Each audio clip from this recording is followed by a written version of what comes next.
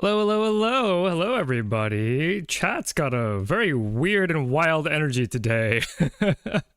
Hello to all of you. Welcome to the stream. Welcome, welcome. Today we are talking about Alzheimer's and cellular transportation, everybody's favorite motor protein, Kinesin. I'm going to say hello to all of you. Hello, Katie Cat. Glad you can make it. Hello, Marlon. And we got Clockwork and Lawman Kevin. Hello, hello, Silly Cat Boy. Ken One Rec. Panrot. Mr. Unknown, welcome. Welcome to all of you.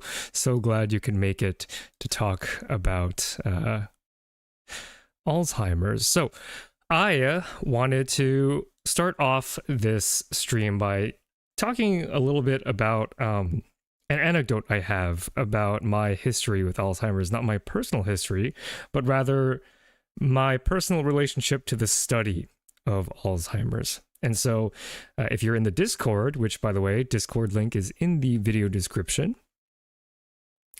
In the Discord, I told this story of when I was in high school, I was a plucky little pre-med that wanted to bolster my application for university. And so what I thought to do was reach out to my local community college to set up a research project where, because I wanted research experience before applying to school. And so I had walked in, they told me that they didn't really have lab material, but that they would oversee a sort of written review paper if I wanted to write one. But then they gave me absolutely no guidance. All that ended up amounting to was them allowing me to use their computers, which I guess was nice because I didn't have to pay for any of the research articles, but nothing, nothing came out of that because understandably, you're not really going to let an 18-year-old write a review paper. That was back when I had no idea how science worked. But I've had a long-term interest with Alzheimer's just because in terms of where my sympathies lie the most heavily, it's not only with cancer, but also with dementia, right? In terms of the volume of human suffering, you could argue that there's a strong argument that dementia ranks very highly on that list in terms of the number of people that dementia affects, not only the primary patient, but also to all the families that have to deal with their loved ones going through something like that. So there has been a reinvigorated focus on understanding Alzheimer's, which, correct me if I'm wrong, which I think is the most common form, or at least one of the most common forms of dementia. And so in the recent decade, there's been a strong push to accelerate Alzheimer's research. But I wanted to pick a topic today within the Alzheimer's literature that is maybe a little less known amongst the general public, which is anything about Alzheimer's that doesn't have to do with amyloid plaques. So the reason why I wanted to do that is just to open our collective perspectives on understanding research behind Alzheimer's that doesn't have to do with the most eye-catching thing about them, which is the plaques, as many of the people that watched my Prion video want me to investigate. Okay, so why don't we get started? Hello, Sergey. Hello. Welcome, welcome. I had a family member with dementia, but it wasn't Alzheimer's. Yeah, Alzheimer's is one of the different conditions that have dementia as a commonality. But doing research into how to treat dementia, I think, will allow people to live out the entirety of their life with some relative comfort, which to me is important. All right, so let's get started. This is the paper we'll be talking about. The Kinesin KIF21B regulates microtubule dynamics and is essential for neuron morphology, synapse function, and learning and memory. Okay, that is a mouthful, so I will begin the background by walking you through how we are going to approach this paper. This is an open access paper in the journal Cell, so it's quite reputable, quite a reputable journal, quite an enjoyable read too. If you are a biology student, I highly recommend that you yourself read this just as an exercise. All right, so I want to begin our discussion about Alzheimer's by acknowledging the fact that Alzheimer's is really complicated. Alzheimer's dementia is really molecularly complicated. So complicated, in fact, that we don't really have a complete picture, despite having thrown so many millions and billions of dollars into this research for so many years. Getting close to a cure has been quite difficult, although there is treatment out right now. There's an antibody against the amyloid plaque protein, which has shown to be able to slow the progression of Alzheimer's. So we have made progress. It's not, I don't want to be like doom and gloom, but I do want to acknowledge that this is one of, the most pressing unsolved problems in biology, I think.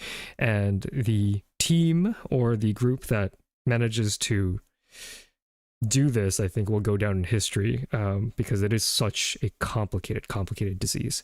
So some diseases that are not Alzheimer's have pretty straightforward etiology, right? So if we compare Alzheimer's to another neurodegenerative disease like Huntington's disease, there's a lot more agreement on how Huntington's disease functions, right? Huntington's disease is also caused by an aggregating protein. This is the Huntingtin protein that I have on the left here. And so what this protein does in patients that have Huntington's disease, or rather what they inherit, is a Huntingtin protein that has too many glutamines at the end, or if we go back to the DNA level, too many CAG repeats. And so everybody sort of agrees that this is how Huntington's happens, although I should have honestly picked a different disease because I wanted to say that Huntington is a lot more straightforward because we know that Huntingtin aggregation is the thing that causes Huntington's disease. And so when I looked into that research, I actually found that there is some disagreement as to the contribution of how much this aggregating Huntingtin protein actually matters for Huntington's disease. So I tried something. I wanted to make sure I wasn't propagating misinformation. I looked it up. It turns out while Huntingtin aggregation is the leading hypothesis for how Huntington's disease happens, it's not the only explanation. So instead, I went to a different disease here, right? So some diseases are more thoroughly understood than others. So I dialed back my language to make the claim a little less attackable. And instead, I'm going to look at the etiology of sickle cell. So sickle cell, if you've ever taken a genetics class, has a traceable genetic element where a single point mutation in your hemoglobin protein, which I'm sure Clockwork can tell you a lot about, causes a mutation in the hemoglobin structure, which causes it to not be able to bind oxygen quite as well, which causes an internal change in the red blood cells' oxygen pressure. And so this reduction in oxygen pressure deforms the membrane of cells, causing them to have this sickle shape. So cells that have this deformation, that don't have the correct shape, will sort of inflate and deflate repeatedly, which causes an accumulation of damage. Damaged red blood cells get sent, I believe, to the spleen to get recycled. And so what happens is you have an accumulation of cell death in the red blood cell population, but your body is not able to keep up with replenishing those red blood cells, and so you get anemia, right? There's a recent CRISPR-Cas9 treatment to use the embryonic form of hemoglobin that's in human trials right now. That is very interesting to hear. So we can definitely say, I think, pretty safely that progression in treating sickle cell, as well as the understanding of its molecular biology, a lot more defined. You can draw a straight line between what we know about how sickle cell happens and how we develop treatments for sickle cell. I'm not saying that this is an easy problem or that there wasn't a ton of work that went into sickle cell. I'm just pointing out that for different diseases, there is a different amount of certainty that we have about how those diseases function, right? I don't think that's controversial. The etiology of Alzheimer's is really complicated. So if we try to like list the things that are agreed upon in Alzheimer's, I think that that would look quite different, right? So Alzheimer's disease is defined by the presence of amyloid beta plaques. So over here on the left, we have a structure. This is a fibril of aggregated amyloid beta. And so these proteins start sticking to one another, developing into these fibrils. And this is the thing that defines Alzheimer's. So I'm not going to say causes Alzheimer's because it's a whole headache. And as Katie Cat is maybe implying, the plaque hypothesis is not one I think that is settled so far, right? But we can all agree that to be Alzheimer's disease, truly, then you need to see these plaques in the brain. And unfortunately, this can only be done post-mortem. So only after the patient has passed can we actually make a diagnosis of Alzheimer's. Pre-mortem diagnosis is based on cognitive tests, right? So you go see a doctor, they'll administer some cognitive tests to test your learning and your memory and stuff like that. I'm not a doctor, so I can't give too much information about that, but essentially they can have Alzheimer's as one of the possibilities given the signs of a patient's dementia, right? Histologically or anatomically, I don't actually know how that protein test is done, so it's a good question. Where is the protein structure located in the body? In the brain. So you need to do a post-mortem analysis of the brain. Hey, Jim the Evo, welcome. Just throw out a great book about plaques and prions as Stanley Prisoner's autobiography of Madness and Memory, The Discovery of Prions. Yeah, for sure. I love reading about prions, but they are only one of the potential explanations for the complete manifestation of Alzheimer's disease. I'm not going to really lean too hard into what I personally believe, just because it doesn't matter what I believe, right? I'm not an Alzheimer's researcher, so I can only say sort of what I've picked up by keeping a vague interest in the field. And what I'll say is that there's some disagreement as to how much these plaques contribute to the manifestation of disease. So I have this like meme of like, Alzheimer's research, there's a lot of like disagreement, and then in sickle cell, I believe that there's a lot more agreement. So just be aware that despite the media's focus, I think, on plaques as being the primary thing about Alzheimer's, that there's a bunch of other research that goes into Alzheimer's, not just plaques. And that's some of the stuff that we'll get into today. Okay, so the etiology of Alzheimer's is complicated. So I want to take a poll in the chat just to kind of gauge where we're at in terms of how much chat knows about Alzheimer's. So feel free to just contribute what you know in the chat in terms of what the cause of Alzheimer's is, what you've heard over the years or however long you've been interested in Alzheimer's. I'm really curious. So what does chat know, or what did chat hear about how Alzheimer's functions? I know next to nothing. Great. Then this is a great place to be in, because we're going to walk through sort of my understanding of Alzheimer's given the body of research that I have read. Next to nothing. Not much. Interesting. Welcome, A. Welcome. And, Clockwork, Jim the Evo, if you're still hanging around, I'll take some more deeply invested biologists in terms of pulling what your understanding is, just to compare to mine. Again, I'm not an Alzheimer's expert, but as biologists, we all probably have different perspectives on what we know about Alzheimer's. Not very much, but I've heard many disparate pathologies. Yeah. Protein structures accumulating, and that's about it. Yeah. So I think proteins accumulating or aggregating, that is, I think, one of the more popular explanations. So we'll get into a little bit about that. Basically nothing beyond brain stuff goes bad. Okay, this is really exciting, actually, because I get to be like the one who explains. ApoE and risk is some of the stuff I recall. Yeah, ApoE was a really big story. If only I can remember what ApoE did. But yeah, Jim the Evo, like when I was in grad school, ApoE was really big in terms of how we were thinking about Alzheimer's. I think it has to do, it like contributes to folding of amyloid beta and is a risk factor for Oh no, I don't want to propagate misinformation. Let me take that back. I think ApoE might be a metal thing, but but that is definitely a familiar name, ApoE. A lot of different aggregators as well. This donanemab targets the plaques and shows some cognitive improvements on trials. Yeah. These aggregating proteins of amyloid beta, repeating amyloid beta plaques, that's, I think, the most popular explanation of Alzheimer's. Glucose metabolism. Yeah, Marlon. Yeah, okay. Yeah. So yeah, we're kind of getting a sense that the story isn't as neat as sickle cell, right? Sickle cell, you can draw this line, but for Alzheimer's, that line is a lot harder to draw. So here's what I wanted to, and I was actually expecting more people to bring up amyloid beta, but that's totally cool.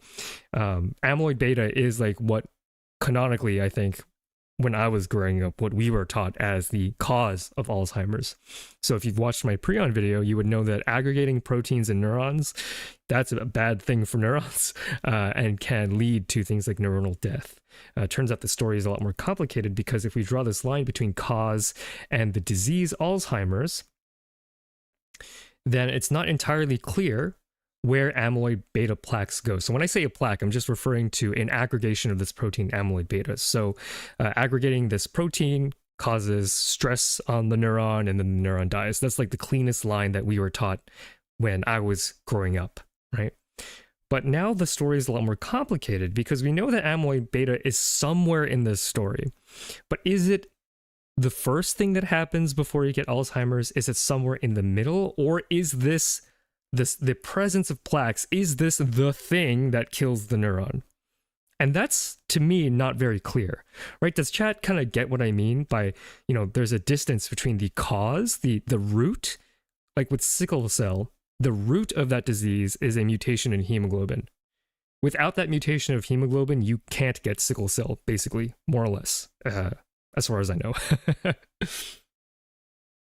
I do wonder if there's multiple pathways that cause the phenotype of amyloid plaques. Yeah, that's a reasonable hypothesis to make given how complicated this disease is, because we don't know along this line where amyloid beta plays a role in. Like, is amyloid beta screwing other things up in the cell that's killing the cell? Or is amyloid beta directly killing the cell? We don't really know. And that's interesting because when I was a kid, the story was a lot more obvious. Now, this is just what I was able to come up with in like a 5-minute brainstorm. And if I had talked to Jim the Evo before, then I would have added ApoE somewhere along this axis. And I would have added astrocytes and stuff like that. And glia, as I forget, maybe Marlon had mentioned earlier in pre-chat, there are a ton of different aspects to Alzheimer's disease, right? You can start, and I put these in a vague order. This is not necessarily the order that they happen, but this is where I would put them if I had to force a model to make sense.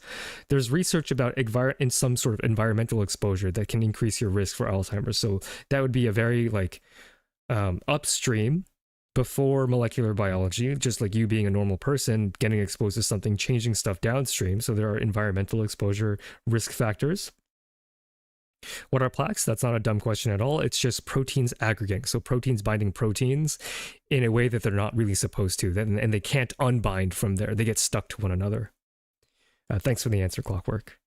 What part of the neuron does it wrap around? I actually don't know where amyloid beta is localized in the neuron. So that's a really good question as well. Not entirely relevant for this paper, but that is an interesting question to keep in mind. Glia being much more important to brain function is a pretty recent theory too, right? It's one that I was growing up with in graduate school. So glia are immune cells, the local resident immune cell. Is it right to call them immune? They're the local phagocytes of the brain, and they help neurons out by supporting them in all sorts of various ways. So there's probably some glia stuff in there too. Protein folding abnormalities, so that's probably ApoE story is probably around there. So having risk factors that maybe change your likelihood to fold amyloid beta in the wrong way, that's possible. The gut-brain axis, there's an interesting literature about the microbiome contributing to Alzheimer's disease. I've not personally read any of that, so I can't tell you how trustworthy that data is, or how, from my perspective, but that's interesting, right? Because we know that the gut and the brain are linked, And so maybe there's some metabolite coming from your microbiome that makes it more or less likely for you to aggregate these amyloid beta plaques. There's infections, so certain infections from certain viruses have been shown to be associated with increased risk for Alzheimer's. Of course, we have amyloid beta, which is sort of the centerpiece of this whole thing. Autoimmunity could be an issue, so maybe it's not amyloid beta that's the issue, but maybe the fact that your body is reacting reactively against the amyloid beta, and that's what's killing the neurons. So maybe people that have amyloid beta but no autoimmune issues can like not have dementia. Like, it's all very, very complicated. Insulin dysfunction is another really popular one when I was growing up in grad school, right? This idea that maybe, you know, Alzheimer's is like diabetes of the brain or something, and that's interesting. But where that like plays in is like not very clear. What is clear, right?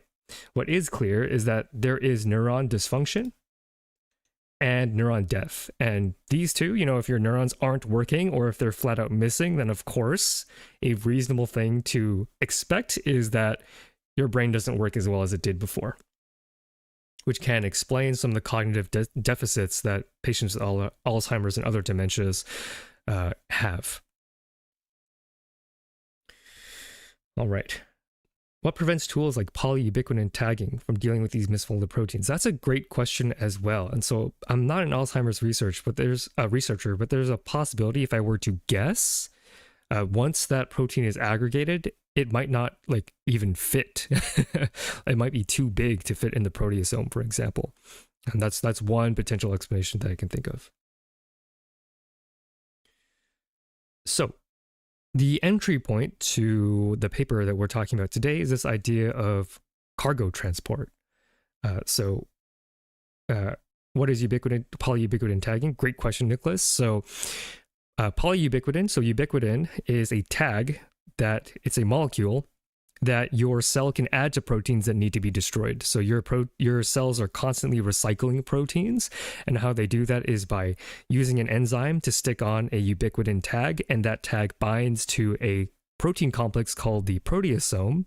And the proteasome, you can imagine, is like a garbage disposal for proteins. If you look down the barrel of the proteasome, it's got all these like blades, more or less, these like chemical blades that'll chop up proteins. They're super cool, but they have a size, and once you start aggregating these big clumps of proteins, you might not be able to fit that huge mass into a proteasome.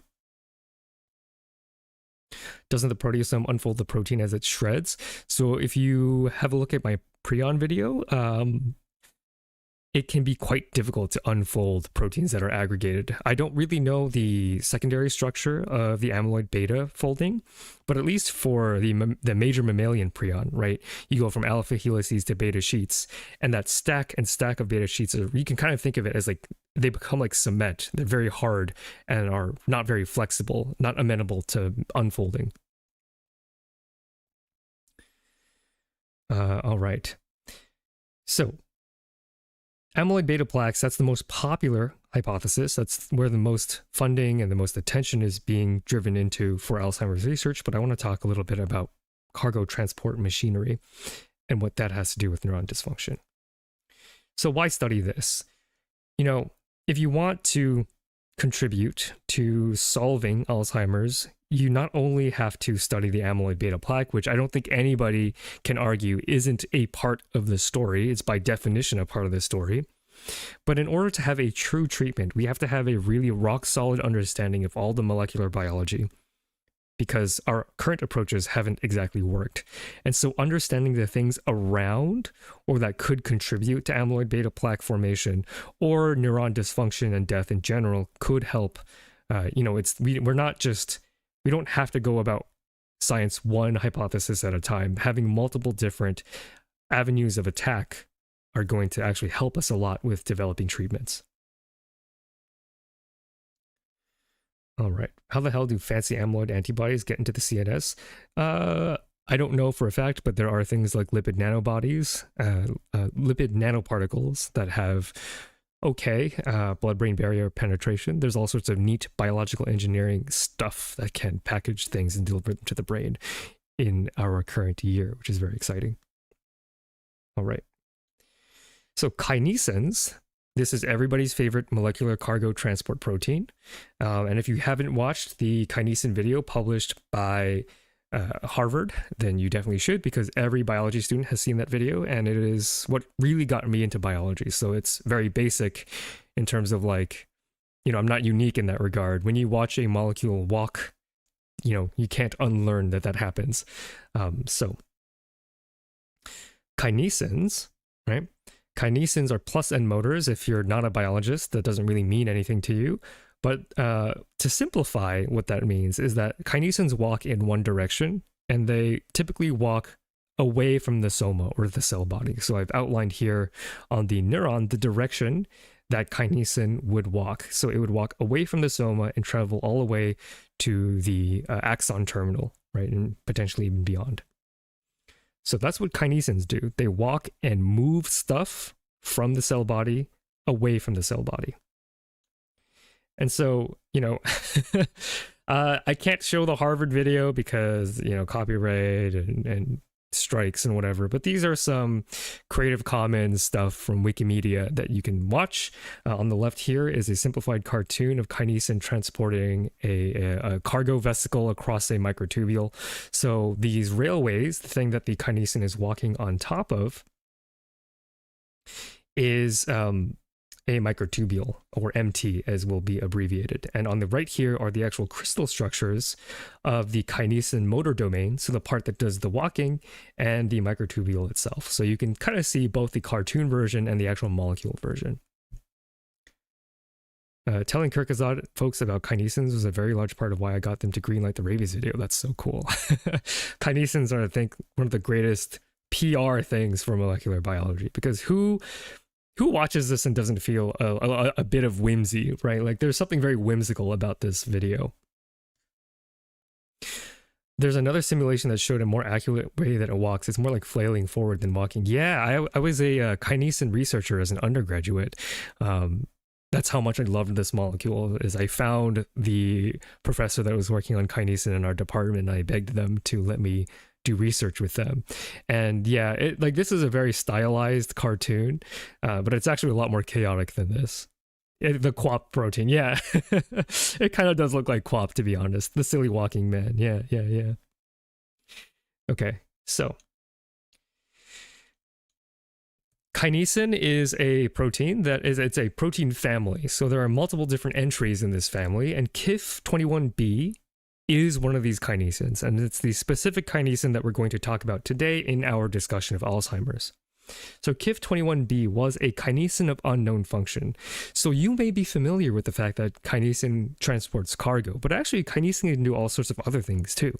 It's often forgotten that part of the system that peels your cells apart during mitosis are kinesins, because kinesins, somebody might want to double check me on that. I might be getting it confused with myosin, but I'm pretty sure kinesins are the ones that contribute to peeling your cells apart during mitosis. So we don't want to assume, just because that it is a kinesin, that it's doing this cargo transport thing. In fact, we'll find out later in this paper that it's got a pretty interesting function here. Do different kinesins localize proteins along different fibers to express them at different locations of the cell? I've not heard of a kinesin that is specific to a particular fiber, because they're just kind of binding to microtubules. And microtubules, I'm not an expert in microtubule specificity, so I wouldn't be able to say for sure. All right, video on snare complex / Botox. Yeah, that's also really great. The snare complex, which maybe I'll do a video on at some point. But dramatic foreshadowing, we have a kinesin of unknown function, and we're going to figure out how this plays into the Alzheimer's story. So, a background paper, thankfully also open source, so I can show a little bit of this data. This is a part of the MS genetic consortium. So this is trying to understand, in a related neurodegenerative disorder, multiple sclerosis, the genetic factors that go into what makes a person more susceptible to developing that condition. And this KIF21B was found to be associated with this condition. So you can see here two risk factors that are mutations in the KIF21B gene. So this one looks like a T to C substitution and an A to G substitution in this gene. And both of these contribute significantly to the development of multiple sclerosis. And so this was sort of the first hint that people had that, oh, this unknown kinesin is involved with neurons, maybe, somehow, or at least the development of neuronal disorders. That's not exactly the same. So that's the background here. And another paper in the future, or not in the future to us, but another paper experimentally, or not experimentally, but took Alzheimer's patients and healthy controls. And what this paper did was they determined the level of expression of this risk factor kinesin with Alzheimer's. And so we have here on the left is the relative KIF21B relative mRNA level to the Braak stage. So the Braak stage is an assessment for how far the Alzheimer's dementia has progressed. So if you have a stage of 5, you are more well off than if you were at a stage of 6. And so what they found, interestingly enough, was that in patients that had gotten worse in Braak stage 6, they had a higher amount of KIF21B mRNA, meaning that they were likely making more of this mysterious kinesin, which is interesting. And on the right, this is for MS. So this is demyelination, so stripping the myelin layer of neurons. And they found, relative to KIF21B relative mRNA, that the more of this kinesin mRNA that you were making, the worse your neurons were degrading, demyelinating, dysregulation of glial cells. That could explain it in the case of MS, although I don't really have a hypothesis on why that is, because I didn't look into the MS in particular. So Ryan, they're mostly human. So does it get degraded when it gets to the end? When kinesis reaches the end of neurons, what happens? So kinesin doesn't stick on the microtubule the entire time. It actually falls off occasionally, just by chance. So it'll walk a couple of microns and then it'll pop right off, and then later it'll attach again. So it's not as clean as the animations tend to make it seem. Okay, so chat, do we understand that this mysterious kinesin, we don't know what the function is, but for some reason it's upregulated in these neurodegenerative diseases, Alzheimer's and MS? Now, I want to take a quick check, and longtime viewers of my channel already know the answer, but does this mean that KIF21B causes Alzheimer's? I'll go ahead and put a poll in the chat. Longtime viewers might already know where my head is going with this. Oh no, I can't. How do I do the poll? Whoa, where's the poll button? The pop out is not really working. Although, yeah, you're free to say that as well. Correlation, no. My guess, no. It might just be a damage marker. No. You're all so good, chat. Your brains are so big.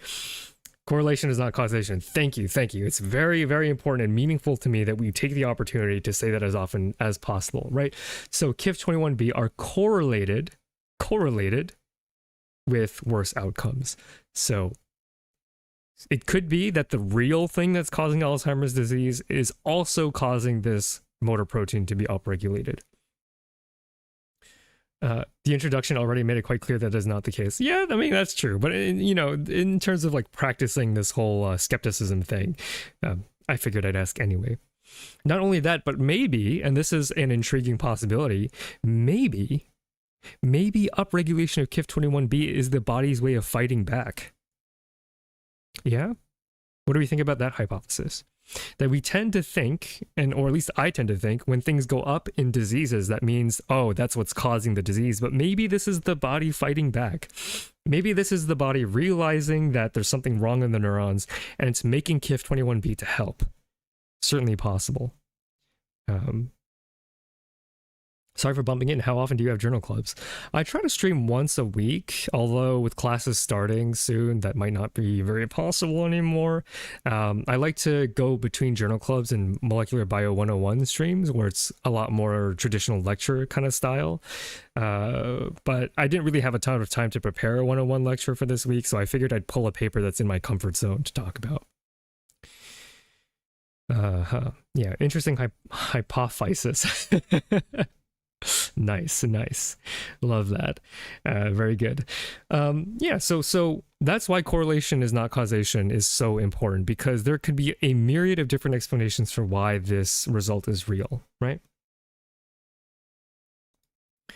Maybe other proteins work even, motor proteins work even worse under those conditions. Exactly, Alex. Like maybe other kinesins are not functioning as well, like kinesin 5 or whatever, or kinesin 1, and maybe the body is making more of KIF21B to try to, you know, get back to normal, because the body is a homeostatic machine, right? I actually thought the hypothesis that KIF21B was a reaction to some kind of stress before the direct causation one. Yeah, certainly possible. That's why at this stage, it's not entirely clear. And, you know, these correlation studies are really important, right? There's no, you know, there's nobody should look at this and go, you know, well, we can't conclude anything from this. Well, we can include that KIF21B is involved. We just don't know how. Like, it could be a victim of whatever's causing Alzheimer's, or it could be a protector, or it could be contributing. We just don't know, but it's still important to learn. How long do I stream for? I'm aiming for 2 hours today, but we'll see. Maybe I'll go a little long because we're having good conversation. So we know KIF21B is correlated with Alzheimer's, AD. I'm abbreviating AD to Alzheimer's disease, AD. But what the heck does it do? Right, so we know that this is correlated, and now in the gap between correlation and causation, we have two different approaches that we can take. We can take the approach of trying to find whether or not this is causative, or and we could take the approach to see what it's actually doing.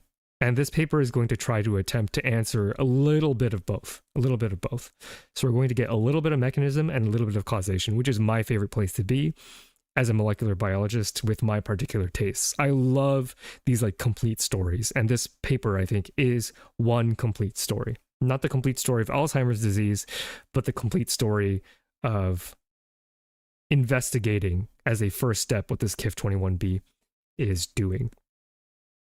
RNAi knockout time? Not quite.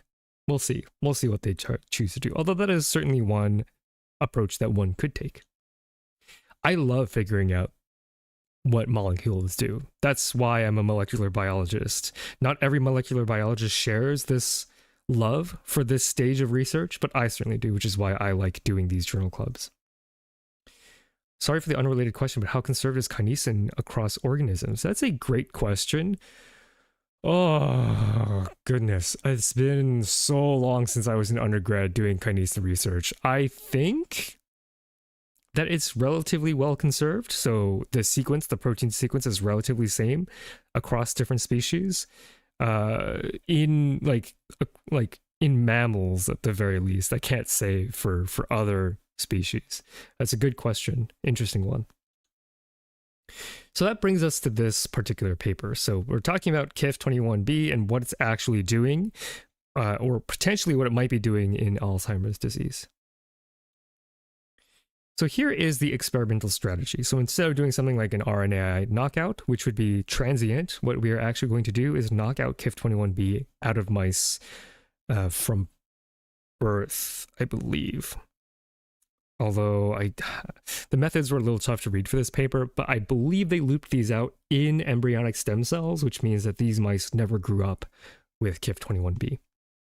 And then after we took this mysterious kinesin out of the mice, we're going to check if they have a quote-unquote neurodegenerative or at least altered neuron phenotypes. So coughing, Alzheimer's coughing. The authors are not very strong on calling this an Alzheimer's case study. They only use Alzheimer's as a way to motivate this study. But for our purposes, we're interested in Alzheimer's. So that's what I'm going to be thinking about when I'm reading this paper.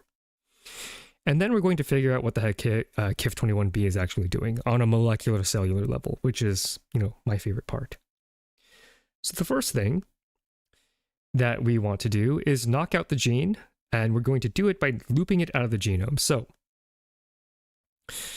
for the non-molecular biologists here, it's okay if what's on screen looks confusing. In fact, this confused the absolute crap out of me. I was actually whining in the Discord, which, by the way, is in the description, about how this figure immediately stumped me because it's been a while since I thought about genetic engineering and using this strategy of LOXP and flip and FERT and recombinases and everything. But what you should know is the part of this gene that actually codes for the protein are these two little white boxes here, or I guess these three white boxes here. You got 1, you got 2, and you got 3. And so if you look on this top part, you look up here in the wild type, so the non-mutated normal mouse, everything here is intact. You got a white box here, a white box here, a white box here. That's totally great. When you knock it out, these knockout mice have particular DNA sequences that are allowed to loop out of the genome. And so I'm not going to go into FRT. I'm just going to focus on the LOXP part because I think for a basic level of understanding, that's all you need to know. These red boxes here, if you add a special enzyme, that enzyme will actually recognize these sequences and you'll be able to just snip this particular section of the genome out and then stitch the rest of the genome back together. So you can essentially remove 2/3 of the part that codes for this particular kinesin, essentially deleting it from the genome. Plasmid design moments. Yeah. Although this one is in the actual genome. Yeah. Oh, actually, now that I think about it, I think this is this might be the targeting plasmid. Yeah, this might be the targeting plasmid. Now that I think about it, instead of the actual genome. So if you add this, there's no expected homology, or there is homology, right? So you add this to the wild type mouse, and you get homology, but you don't have these special sites. So you get to retain the sequence. Yeah, I was pretty confused with the genetic engineering strategy, but it's okay. Essentially, what we need to know is that they're looping out the part that makes the protein. Okay. Why are there 3 LOXP places? So I was reading into this, and it's really tough for me to get a handle on exactly why they chose this strategy. It's like ready to recombine is how they advertise this. So essentially, when you are ready to loop the exons out, you add in the thing that cuts at the FRT site. So first you remove this Laxi Neo cassette using flip recombinase or something, and then that removes this extra LOXP site. Because if you just add LOXP, then you also I don't know, it's really complicated, and they don't do a good job explaining it in the text that this mouse comes from. But essentially, I just wanted to show that we're doing something to loop out the part that codes for the protein. Okay. So the fragment containing the protein coding region is flanked by sequences that can safely be looped out of the DNA here. So you can essentially just imagine that this part is gone in the actual mouse. So how do we confirm that the mouse are actual true knockouts? So something I want to get across when I discuss science is how careful good science actually is, right? So it's not just enough to delete the gene from the genome. Oh, and I'm not ignoring chat, by the way. I'm just, well, I am, but I'm doing it for a reason, and I'll explain myself so it doesn't feel like I'm ignoring you. I don't want to spend too much time on the genetic engineering strategy, A, because I don't totally understand it myself, and B, the thing that you need to know is essentially that we're just deleting the protein coding region. So sorry for not answering those questions. I just don't have the answers to those. So how do we confirm that the mice are true knockouts and don't make KIF21B? Western blot on brain extract. That is one possibility. What else could we do? So Western blot. A Western blot is a technique that you can do to measure the relative amount of protein in a sample. If you've seen my short, you would know what that is. I'm doing a series of shorts explaining different molecular biology techniques if you want to check those out. GFP, so that is a possible way to do that. So if you slap on a reporter gene to the KIF21B sequence, you could check for fluorescence. Antibodies, that's kind of the same answer as the Western blot, so definitely on the right track there. Yeah. So that's a pretty good spread of very good approaches, so we'll see what the authors do here. So the first thing that they do is polymerase chain reaction, PCR. So this is a method to amplify copies of DNA. And so if you cut out that part of the genome, if you've successfully cut out the part that codes for KIF21B, you should get a smaller fragment of DNA than the whole thing, right? So in the wild type, represented by ++, right? wild type plus, it has both of the functional copies of the KIF21B gene. You get a protein. You get a DNA band that's 727 bases long, represented up here. If you have a heterozygous mouse, so one copy of KIF21B and the other one has been taken out, then you get two bands, right? That makes sense. The larger band corresponding to the healthy KIF21B that's in there, and then a smaller band that is representative of the band that had the part cut out. And by smaller, things that are further down on this gel are smaller, things that are further up on this gel are larger. And of course, in the version that has had both of the copies looped out, we get the gene that is, both copies are looped out, so we get the band that is smaller and only one of them, right? So hopefully that makes some sort of sense. But again, good molecular biology is very, very thorough. And some of you may know that I want to see more than just the DNA. And as Mandrake had alluded to before, a Western blot, which is a technique that uses antibodies to detect protein, Western blot also shows that you get no KIF21B. So you use an antibody that's specific for KIF21B. And in the mouse that has both functional copies, you get a big band, so a lot of KIF21B. You also get a second band here. I'm not really sure what this is. I didn't really see an explanation in the paper. It's kind of interesting. I'm not going to worry too much about it. In the heterozygote, so one good copy, one bad copy, you get a much smaller band. And in the no copies, you get no band. So that makes sense, right? So we took out the gene. We want to see that it's no longer making the kinesin protein. And this gel pretty much confirms that, right? You see a very faint band here that could be, some gunk or whatever, or, I wouldn't really know why that would show up at exactly the right place. But that's why I like to see the Western blot, just to make sure that everything is working as intended. This is another antibody-based approach, and this one is maybe more understandable if you're not a biologist. You attach an antibody to an enzyme that makes a dye, okay? And so the darker the dye, the more of that protein is in that sample. So here are some slices of the brain. Maybe I should have put like a trigger warning at the top of the thing, but if you're here to learn about biology, you're going to see some gross stuff. So this is a slice of a brain, and then you throw an antibody against the kinesin protein. So if it finds the kinesin protein, that enzyme will produce a color. In this case, it's like a orangey yellow.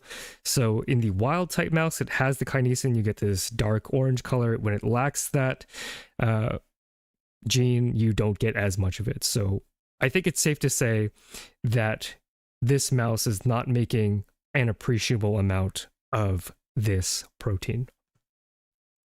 Okay, so I'm happy with that, although there is like higher than I would expect staining of the brain slice, although because that's not the method that I would typically use, I'm not entirely sure if that's a normal amount of background.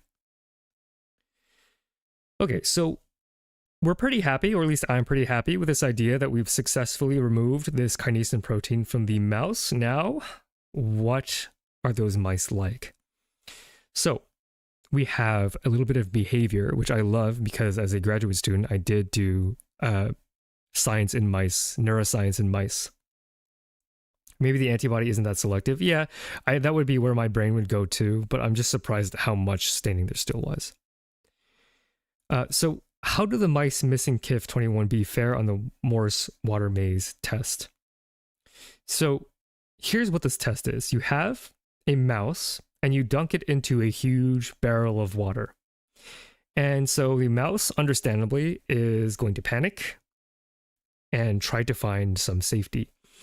And so as the mouse is swimming around, it's going to find an invisible platform. And once it finds that invisible platform, it'll be able to like chill. So you put the mouse in, it'll panic, it'll try to find safety, and eventually it'll find that safety. And you do that a couple of times with the mouse. You put the mouse down, and over time, it'll learn where that invisible platform is because you're not moving that platform. What if all the mice outside of the control group just had a skill issue and had nothing to do with KIF21B? Yeah, I mean, technically that is a possibility that genetic manipulations can affect other things that you might not expect. But considering these are like from the same line, you know, that would give it some credence that removing KIF21B gives them that skill issue. Mouse dunk tank. Yeah, exactly.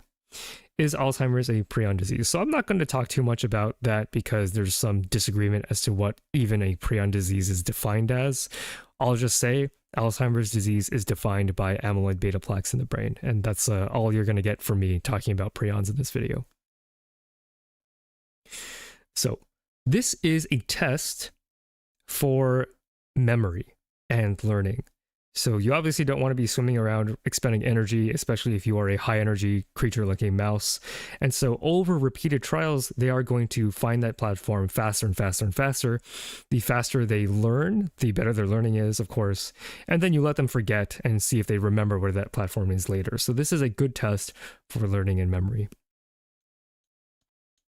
Okay. So, mice lacking the KIF21B kinesin take longer to find the invisible platform. So, on the y-axis here, we have a measure called escape latency. So, if you're a fan of online games, you already know what latency is. It's sort of the ping, like the lag time, basically. So, the longer you spend finding this platform, the higher you will be on this y-axis. So if we compare the wild type, as represented by clear circles, and the mutant that doesn't have the kinesin, you'll see that the mutant that doesn't have the kinesin consistently takes longer to find the platform. But that difference is significant on day 4. So you see that the mice lacking this kinesin still learn, right? They still learn. They're just not quite as good. Kinesin takes a long time to bring vesicles down to a nerve body, right? Yeah, that is true. So we're starting to think about mechanism, but I'm going to peel you back just a little bit thinking about mechanism right now and just see, without bias, what the phenotypic data are like before we start making guesses. All of my teammates in lobby be lacking KIF21B. Yeah, very possible. If deleting KIF21B causes a skill issue in mice, yes, absolutely. I think that is definitely something that you can say about this data. Okay. So they apparently learn okay, but they're just not as good at it as the normal mice are, apparently. Or rather, that's what I would say if I were drinking the author's Kool-Aid. So we're going to take a look at another piece of data. The thing to take away from this, without interpretation, is that the mice are just worse at finding the platform. So I'm not actually going to avoid saying anything about learning and memory so far, even though I already did. I take it back. As a disciplined scientist, I'm going to avoid making that my touch point, and instead I'm just reporting the data. They're worse at finding the platform. And Ryan, the mostly human, is sort of predicting where my brain is going. KIF21B knockout is worse on day 1. So even before they start learning. So maybe they're just slower swimmers. So that is where my brain goes. But actually that difference is not significant. So for the sake of the authors, they get to claim that that's okay. But you are right, you are on the same wavelength as me. How many samples did they run? So, not to freak you out, but the ends here are maybe lower than you would expect. They're in the 12 mice, 8 mice range, which is, low, sure. But if you do a power analysis, which because this is the journal Cell, I should hope that they did, you can get away with ends that low. In fact, that should be a good thing when thinking about animal welfare, right? You don't want to use more mice than you have to for the statistical test that you want to use.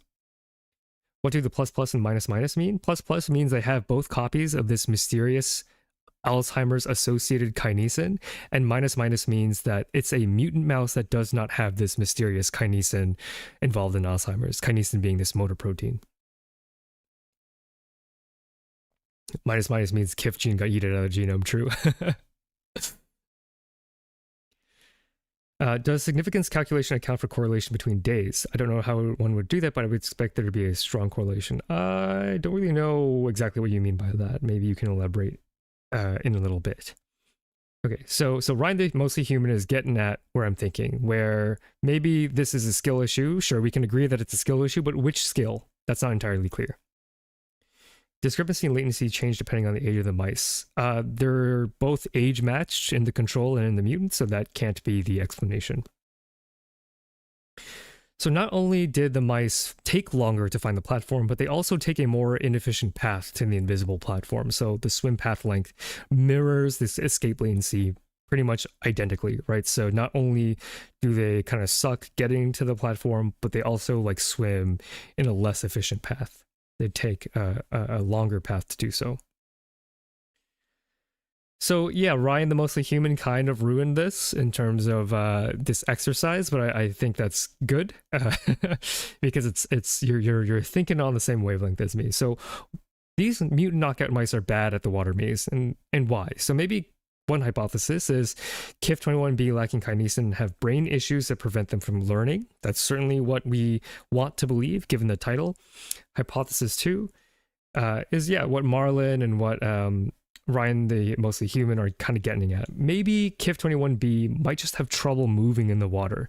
They take longer and move more inefficiently. So even though this difference is not significant, I'm wondering if you add a couple more mice and try again, whether or not that would become significant. Kind of hard to tell.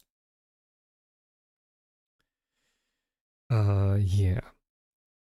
So yeah, I like that we're on the same page. So did the authors do anything to show that these mice that don't have this kinesin, if they move normally?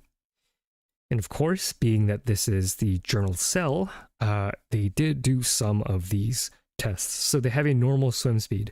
So when they are moving in the water, they are moving as fast as the normal mice. So what does that mean about their movement? It means that grossly, their ability to move is not that impaired, at least in water. Do you mean it's a motor control issue instead of a memory problem? It could be, right? But now we're looking at the experiments that the authors did to address that alternate hypothesis. So the KIF21B knockouts have a normal swim speed. They also explored an open space just as well as wild types. So this is the open, I forget exactly what it's called, open maze or something? Open platform? Basically, you plop down a mouse in a place that it's never seen before, and you kind of measure how much they move over time.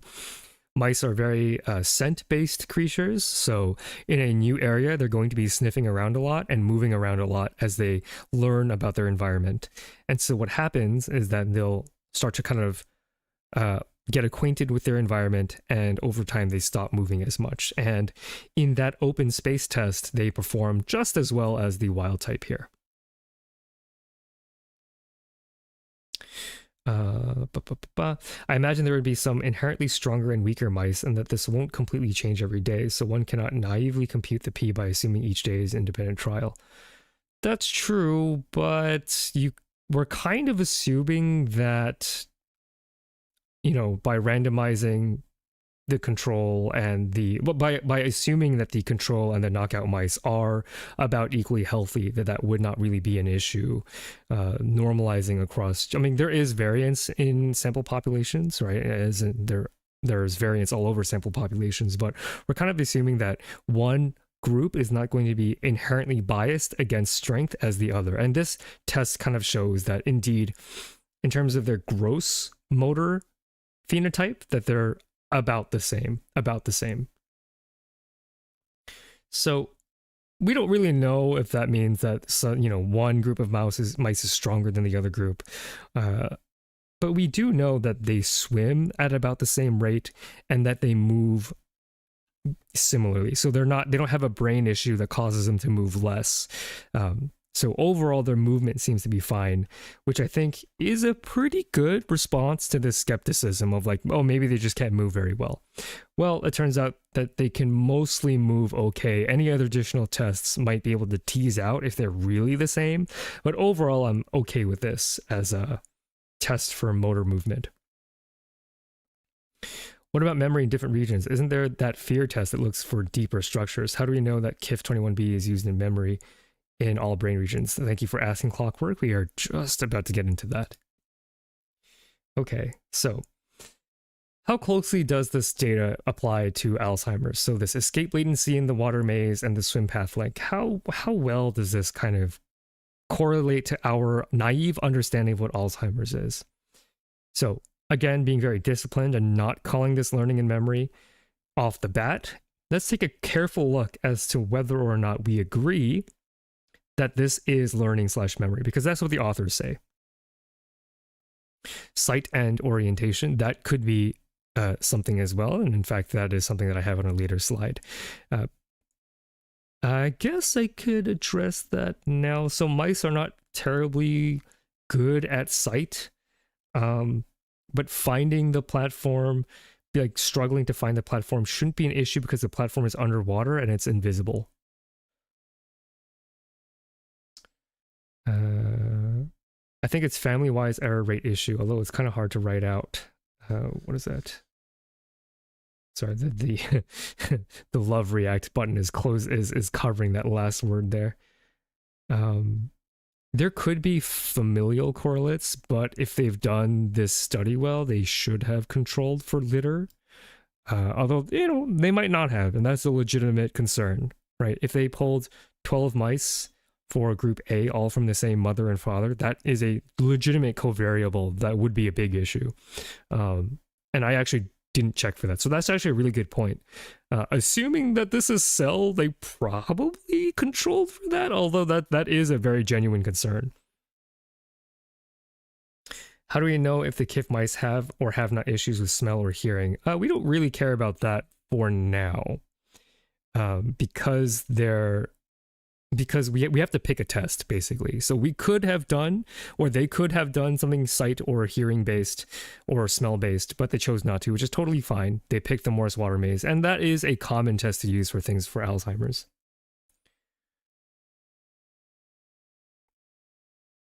Okay, so for me, the indication of learning, it's not entirely clear, because the mice that don't have this kinesin seem to learn just fine. Right? You start off at 40 seconds to find the platform, you end at around 20 seconds to find the platform. That seems to be learning.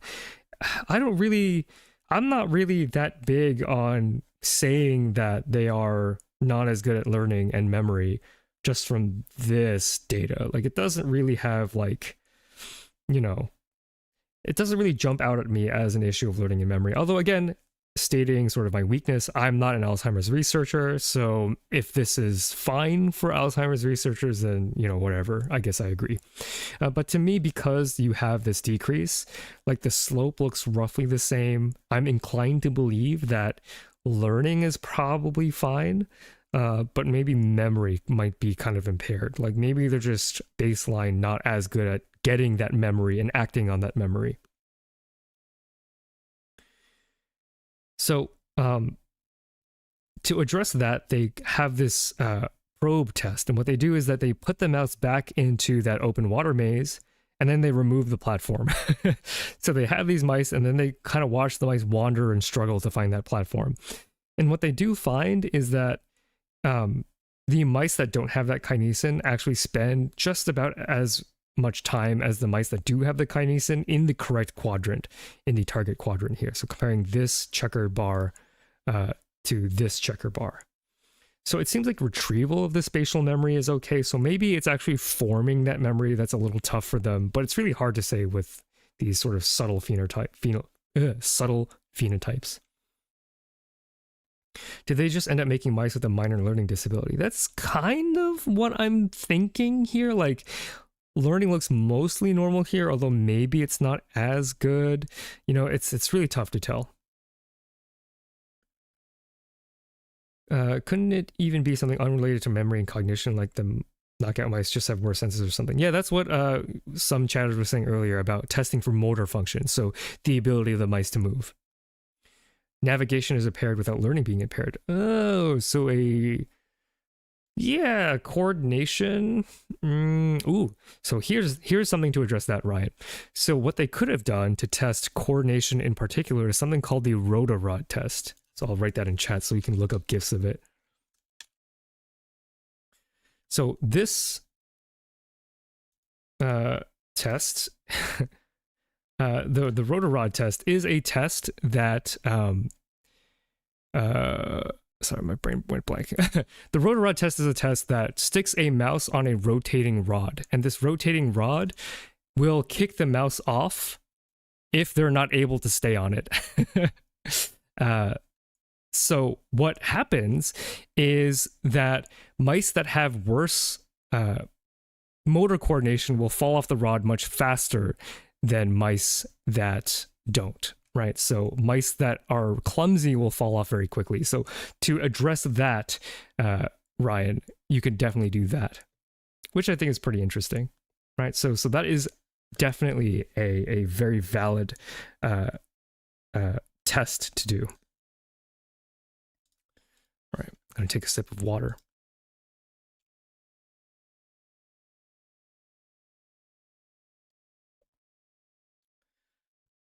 All right. So this is getting what Clockwork was getting at, the fear learning aspect here. So what about fear learning, right? So spatial stuff, that's certainly one axis of the brain that you can test, or the motor cortex, but you can also test fear, right? And so this gets into sort of deeper brain structures, as Clockwork was kind of suggesting. And so let's think about whether or not, because in Alzheimer's patients, unlike maybe other neurodegenerative diseases that are primarily motor focused, Alzheimer's is kind of broad in its what is the word I'm looking for? It has a lot of symptoms, basically. So thinking about how to deeply probe the cognition of a mouse, there's this fear learning test. So here's how this test is set up. So you have a mouse and you play a tone and then you shock it. It's not a very traumatic shock, but it's unpleasant for the mouse. And so, you know, if you've seen Pavlov's dogs, then you sort of get the gist of what is about to happen. You start associating the tone with the shock. So eventually, the mouse learns that the tone means that you are going to get a shock. And so in response to that tone, the mouse will have a fear response. In this case, it'll freeze up and then it'll get the shock. And so testing sort of the fear response or the fear learning, you can measure how long these mice freeze for. So mice lacking the KIF21B kinesin don't freeze as much in response to this, as much to the tone, right?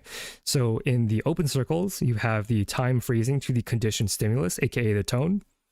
And you can see that across trials that the regular mice get quite scared, that they freeze and they learn to freeze a lot more than the KIF21B kinesin.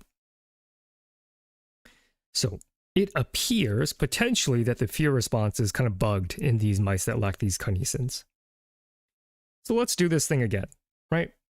Hypothesis 1, KIF21B has a harder time learning to fear the tone. What about hypothesis 2? What about hypothesis 2?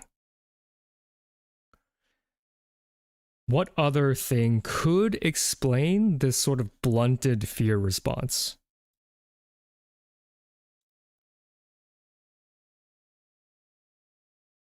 Any suggestions? Deaf? Well, we know that they can learn to fear the tone, so deaf definitely wouldn't be totally correct. Problem solving is done by the frontal lobe. It also controls movement. Maybe it affects the frontal lobe. I don't know that this would count as frontal lobe because fear is, I believe, more amygdala. Amygdala broke. I mean, no emotions. Yeah, that's kind of the territory that I'm headed towards. So maybe KIF21B is just fearless? Yeah, bravery. Yeah, exactly. Like maybe it's just that they're not afraid of the tone, right? And you can kind of get an appreciation for how tough behavior science is in molecular biology or in mice, where you can't really interview the mice, but you know, yeah, it's very possible that maybe KIF21B just has an amygdala that's like not working quite as well and not producing the fear response quite as much. Maybe they don't feel pain. That is another possibility, that the shock dulls their senses. Yeah, that's also a possibility. So upon retraining, the mice lacking KIF21B freeze normally. So you do that training session, you wait, give them a break, and then you train them normally again, and they catch up to their wild type peers, meaning that it looks like eventually, if you do this enough, they'll catch up. So that does look similar to a learning and memory thing. But I would have liked to see some other measure of fear independent of learning and memory. Although, like, no experiment is perfect, and there's an experiment that I want to do that isn't perfect either. But, you know, it's fun to think about where you would take this project next, right? So, is there a measure of fear independence that is absent of learning and memory? Something that is inherently scary to a mouse no matter what? That we could do without, you know, to test the hypothesis that the mice are just inherently fearless. What's something that mice fear? Cats. Cat urine. Yeah. If you've watched the toxoplasmosis ASMR video, cat urine is a legitimate thing that mice fear and will avoid. And that's not something that mice have to learn, right? You don't get many chances to learn to fear cats. It's sort of just genetically programmed into them. Commitment. Dang, bro. So true. Yeah, so I was thinking maybe cat urine, right? Maybe you apply cat urine to a spot and you see sort of how close that mouse gets. So maybe, I mean, and this isn't perfect either, because as some of you have pointed out, maybe when you knock this kinesin out, you screw up their sense of smell. Like, that's why so many experiments and research has to be so thorough to sort of eliminate all of these other explanations. But because of this retraining, I'm willing to believe, because they eventually catch up to their peers, that there is something happening in learning and memory here. What a moment to enter a stream. Yeah, our riveting discussion about cat urine. Yeah. So to catch you up a little bit, we're talking about the role of this mysterious kinesin motor protein in Alzheimer's disease, and we're doing experiments in mice. Or not we, but we're reading about experiments in mice.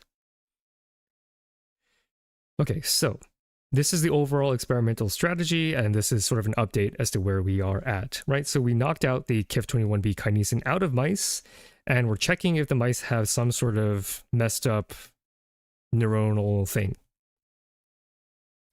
And so what we do know is that these mice might have a harder time memorizing where a hidden water platform is, and they might have a harder time learning in a fear paradigm. So this is pretty absent of interpretation. I'm just kind of calling like it as I sees it.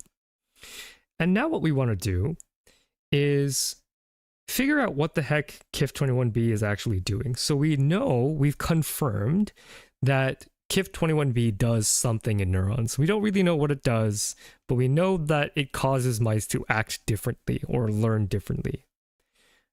So what is it doing on a molecular level? And this is the part that I really like, because I like talking about molecules. But before we go on, I want to ask the chat just sort of our baseline understanding of Alzheimer's disease, whether or not you believe that spatial memory is a good test for Alzheimer's disease, or a good test for validity for Alzheimer's. So it's okay if you don't know a lot about Alzheimer's. I just want to poll you to sort of set up this point that I'm trying to make here. In your understanding of Alzheimer's dementia, would you expect spatial memory to be something worth measuring? I'm basically asking, are these mice useless? Like, does this even matter for a human, right? What is our understanding of Alzheimer's disease here? Probably just a fraction of things to test. So I'm wondering why the authors chose spatial memory to begin with. So what is our feeling, chat? I genuinely want to know sort of what your feeling is here. Seems too simple. I would do different kinds of tests. Yeah, like Alzheimer's is pretty complex, and the way that it manifests to us as humans are, you know, differences in some pretty higher order smart human things, right? It's kind of, it's not like Parkinson's disease where you have the tremors, that are characteristics of Parkinson's disease. So like, you know, that's a bad example. Spatial memory is different than tremors, because I'm still like in the mode of thinking about motor stuff. Right, it shouldn't be the only thing to test though. That is true, that is true. That's why they do the fear memory as well, so it's a good thing that they didn't rely just on spatial memory. Is spatial memory encoded in a similar brain region to where the main symptoms of Alzheimer's disease are? I'm not actually sure. Short-term memory could be better. We did kind of do short-term memory, kind of, not short-term. Over the course, I don't actually know how long the trials had breaks in between, so I don't actually know whether or not they tested short or long-term. That's a good point, though. Best test is a brain MRI. Brain MRI wouldn't do it entirely because Alzheimer's is diagnosed by plaques, which you can't get out of an MRI. Does spatial memory require multiple brain regions? Another great question to ask. There's a simpler question to ask that I think gets at the point that I'm trying to make here. Although my grandpa wasn't diagnosed with Alzheimer's from watching his dementia, there weren't many spatial issues. So Alzheimer's might be special in that regard. Hi Mercala, welcome to the stream. Maybe it's something that is difficult to ignore when it manifests. General mental decline can be associated with age, but forgetting where you live is a bigger deal. Yeah, definitely, for sure. They could look for plaques. So plaques, you can only do post-mortem. So, because we wanted to look for brain function, and connecting kinesin with the plaque formation might be kind of difficult. So, I really thought about this because in my naive understanding of Alzheimer's disease, spatial memory doesn't really pop up early as like a thing that happens in Alzheimer's disease, because I mostly associate Alzheimer's disease with forgetting things, right? Like things, items, memories, instead of places or spatial relationships. So this is the page from Wikipedia.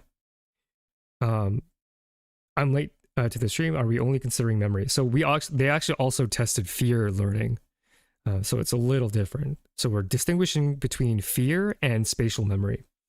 So if you see here just on the Wikipedia page, the early signs of Alzheimer's disease, difficulties with language, executive functions, learning and memory impairment, perception, episodic memory, semantic memory, no mention of spatial memory. So I was really skeptical as to whether or not the water maze was a good idea to use for this particular test. Well, it turns out when I scoured the literature that I found a couple of papers that heavily support the idea that the water maze is a good example of what to use to as a tool to understand Alzheimer's. So this first paper, Diagnostic Differentiation of Mild Cognitive Impairment Due to Alzheimer's Disease Using a Hippocampus-Dependent Test of Spatial Memory. So this is taking a look at people that have not developed Alzheimer's yet and have blood markers that could potentially lead to Alzheimer's. One of the first things that happens is actual subtle impairments of spatial memory, which I found to be interesting because I don't typically think of spatial memory as being a thing in Alzheimer's patients. And a review paper about that very same thing. So there is a body of research that shows that spatial memory is affected in Alzheimer's patients. It's just not something that I knew before, so I found that quite surprising. So here's the story so far, and little internet corner. It's a good time to enter. So this is the recap. Here are the two major results so far. So mice lacking the KIF21B kinesin motor transfer protein take longer to escape the water maze and take a less efficient path to do so over 4 days of training. So this is the result, not the interpretation, but the result. And 2, mice lacking this kinesin protein also have a blunted fear response to a conditioned tone. So the interpretation here is that mice that don't have this kinesin have altered learning and memory that is spatial and in the context of fear. So maybe a couple of different brain regions are being affected by missing this kinesin. Could one also use a cell line to understand its function? We're going to see some of those in just a little bit. So we've made the connection between KIF21B kinesin and the phenotype of altered cognition. Now we're going to get into the molecules, and this is where, Alex, I think you want to head towards, understanding what KIF21B does at a molecule/cellular level. Is it possible that some things could just be a byproduct of the onset, some changes, and not the actual disease? Oh, we had like a whole thing at the beginning of stream talking about how complicated Alzheimer's is to study that gets into that. Okay. So, why might mice lacking this particular kinesin of unknown function and learning and memory deficits? So now we know that if you don't have this kinesin, your brain just doesn't work in the same way as it would if you had that kinesin. So what is it doing on a molecular level? So now I want to open this to chat and compare our lists of potential molecular mechanisms to test. So given what you know about kinesin, the motor protein, and this might be a question more for the biologist than chat, but you know, if you're not a biologist, you're free to guess as well. What do we think is going on within the cell? A says worse protein traffic, a very reasonable hypothesis for a motor protein whose job it is to transport cargo. What else? I'm really pushing here.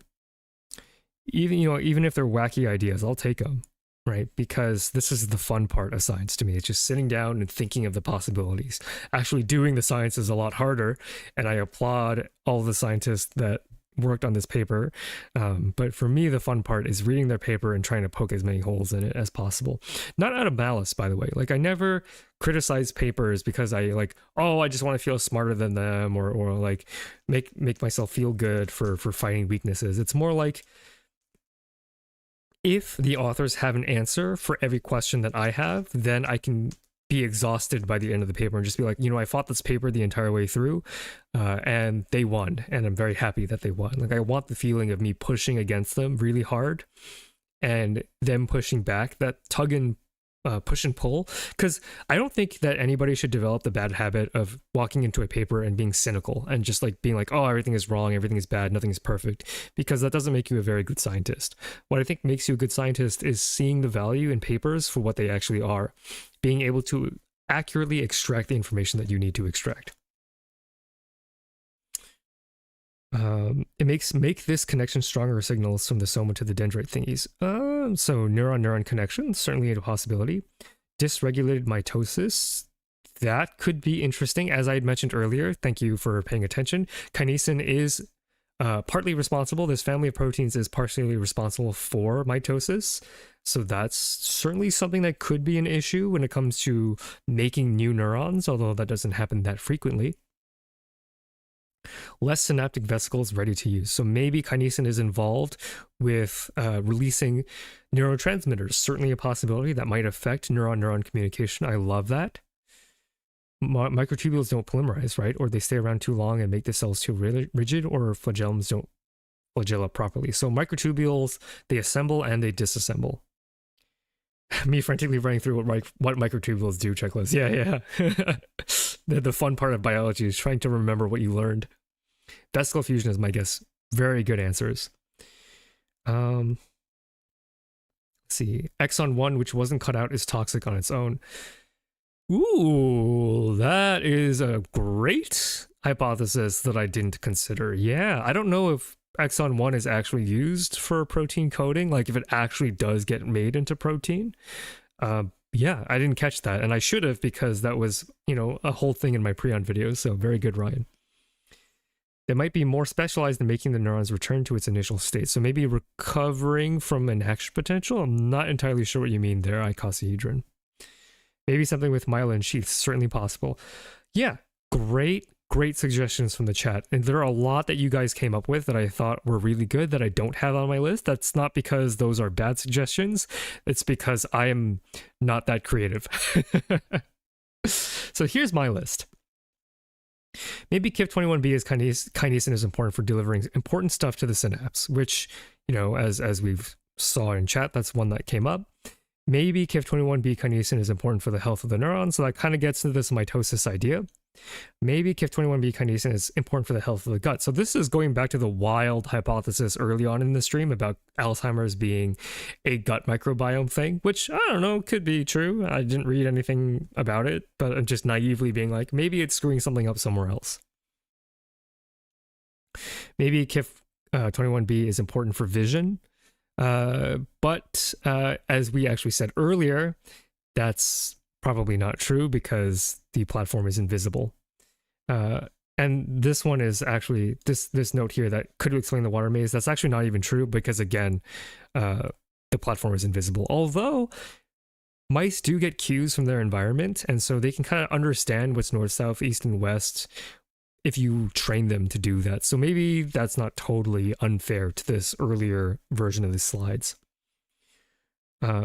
The shock, the vision impairment can't explain the shock fear test, right? So like that's why you do multiple tests, because the weaknesses of one can be made up by the strengths of the other. So like if it was primarily a vision issue, they wouldn't change their fear response. So there's definitely something deeper that's happening. So the wild hypothesis about it being important for the health of the gut is more or less disproven here, because KIF21B is only made in the only made in appreciable amounts in the CNS, spleen, and testes. So nothing obviously connected to the gut. All the bad stuff happened when they were in the testes of their dads. Yeah, actually, I mean, like, that's technically possible. Although, if we are betting people, right, these are certainly all alternate hypotheses that are valid, but if we're betting on something, I'm betting that it's something to do with the neuron. So, to address the idea that there's something wrong with the brain or something wrong with the health of the neurons, the authors looked at brain anatomy. And so if we take a look up here, plus, plus, minus, minus, if you're not like an experienced brain looking person, it can be kind of hard to tell. But to me, you know, I wouldn't consider myself an expert in brain like histopathology, but to me, these look pretty similar, right? So these are labeled cells in the hippocampus, and between plus, plus, minus, minus, they look grossly normal. Nothing too interesting there. The hippocampus thickness is similar, so between plus, plus, minus, minus, and the cortical layers are also of similar thicknesses. All right. But that's not exactly the same as testing for neuron loss. Like, just because like the overall brain anatomy is the same doesn't necessarily mean that you still have the same number of neurons. But that's just me being picky. I mean, I would have liked to see neuron count, but I get if they didn't want to do that, you know, fine by me. They look normal mostly. Okay, so this is like kind of not totally true, right? Like you can't really put a strike through here, but for the sake of the story, it looks like the hippocampus, which is the part of the brain responsible or largely responsible for memory, is largely normal looking, right? Whether or not their function is changed is a different story, but at least if you just look at the brains, they look more or less the same. So maybe KIF21B is important for delivering important stuff to the synapse or something else. I actually should change the slide given what I know about the paper that's coming up. Sholl analysis. So now we're looking at the neurons. So overall the brain looks fine, but what happens to the neurons when we remove this kinesin? And Sholl analysis is a really neat analysis that originated as a way to study the branching of rivers. So I love this. This is super cool. So this is the soma of the neuron down here, the body, and there are two sides, the apical side, so the side that is away, and the basal side is the part of the neuron that is at its base, for better or for worse. Yeah, that's about as well as I can say it. And what you do is you draw concentric circles that radiate away from the body of the cell neurons. So you can kind of see these circles that echo out of the body. And to analyze the structure of neurons, you can count how many times each ring intersects with a dendrite, or one of these bodies of the neurons, right? These branches that form out of the neurons. So if you look at the plus plus, we can see that if we draw these rings, then we get a ton of neuron branches at the basal side. If we look at the apical side, it takes a while, but you see intersections there as well. The neurons look like lightning. I love neurons. They look great. They look fantastic. And so what we see here is if we take a look at the neurons, I don't know, they look the same here, but when you actually measure and like gather the actual data, what we can see is that on the basal side, so on this side, in the like minus 40-ish range, so like maybe like here-ish, you actually see far fewer intersections. And that to me is true, right? You see these single branches that don't really have that much complexity. But in the normal mouse, you see that there's a lot of branching. And so without this KIP21B kinesin, these neurons, even though the brain looks largely normal, these neurons, the shape is wrong. And that's kind of interesting. And that's true at the apical side as well. So on this side, this side's not as convincing up here. It's more obvious on the basal side, but you know, I buy that it's less complex when you reach out. So I hope, chat, that getting the chance to see these neurons is kind of interesting and like gives you kind of an understanding of how we study neurons. This is super neat. So if we take a look at the actual brain and we zoom into a neuron that's sitting inside the brain and we inject a dye into that neuron, we can actually get a little bit more of fine detail within that neuron. And so injecting a dye in these neurons can reveal structures called dendritic spines. So what are spines? So dendritic spines are these tiny, tiny protrusions. You can kind of see highlighted here in these boxes, a close-up in these red boxes. And if we zoom in, we can kind of see these blebs, these little, tiny little protrusions that come out of the branches of the neuron. And each one of these spines is a potential touch point for a synapse to form. So these are places that the neurons are communicating with other neurons. And so the reason why you don't see those connections is because we've injected dye to one of these neurons so that you don't see just a mass of light when you take a look, right? And we can see that not only are there gross morphologies, their shape at a big level is changed with the number of branches, but we can also see that the classes of these dendritic spines have also changed. So we can kind of see that there are a couple of different classes of spines: thin, stubby, mushroom, and then the total. And we can see that in our mice that don't have that kinesin, we have fewer spines. That's kind of weird. And specifically of the stubby class. Also, I don't know if this would be ruled out by brain anatomy tests, but might this be something with the connection between the hippocampus and the neocortex? You would have to do labeling specifically of those cells, which I don't know that they did. But certainly that might play a role in it. I wonder how they visualize this. Thin slices of frozen brain tissue is my guess so far. For this one, I believe it is in a slice. That is true. Or it might be live. If someone has the paper open, they can go check for me.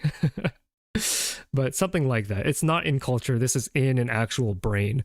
Whether or not it's from a slice or from the live, not the live, but from the intact, it's... No, I think it is a slice. It's got to be from a slice, I think.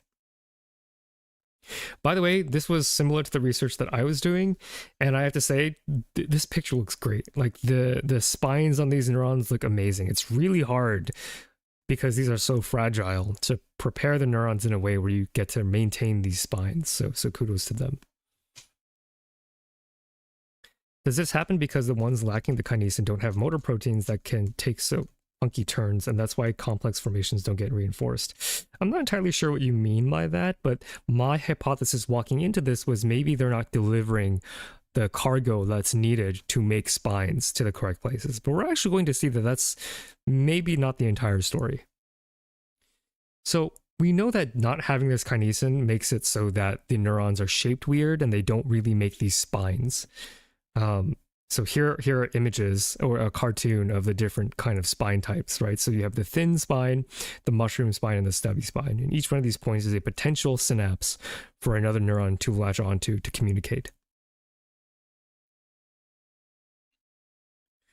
If the neuron spines are decreased in mice lacking this kinesin, maybe they've also got fewer proteins required for synaptic transmission. So that's where the author's brains are going next, right? So we're thinking about neuron dysfunction.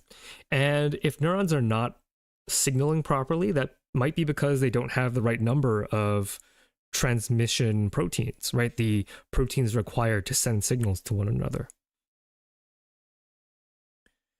So,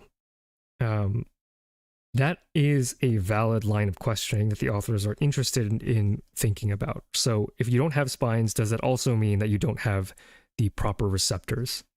Slice is confirmed. Thank you so much, Clockwork. So cells lacking the kinesin don't have as much glutamate receptor. The particular receptor is called AMPAR, I guess, on the surface of cells. So the control, you normalize to the control. So the control, which is the wild type mouse, they have 100%. Yeah, just by definition, they have 100% of their AMPA receptors. And these two are subunits of the AMPA receptors. So we actually see that in mice that don't have this kinesin, they actually only have half of those receptors on the surface. They only have half. That's really interesting. So, I guess that's not interesting by itself, right? You would kind of expect that, like, if you don't have the spines, you just don't have, like, the places to stick these receptors onto. So maybe that's not that interesting. But the question is why? What's causing the decrease in AMPA receptors? So I just gave you my naive hypothesis that if you remove the architecture, the protrudings of the spines, then you just remove places for the AMPA receptor to go, right? So if you remove the location where AMPA receptor is supposed to be trafficked to, then, you know, you get less cell surface AMPA receptors. So what's an alternate hypothesis for why we're seeing AMPA receptors decreased in this particular mouse? What's an alternate explanation? So we see that the surface receptors are lowered. That might be because we removed the places that AMPA receptors have to go to. What else could decrease the amount of AMPA receptors? And again, if you're a little lost, that's okay. This is kind of an independent question. Thinking in a biological system, you have a decrease of protein on the cell surface. That could be because there's no place to stick that protein, but what else is a potential explanation? Transcription decreased, okay, so maybe we are making less mRNA, which means less protein. Certainly true. What else could be an issue here? What else? The protein bringing them to the surface. That's kind of what I'm hypothesizing KIF21B does. So what else could be decreasing AMPA receptors? I'm trying to rule out alternate hypotheses here.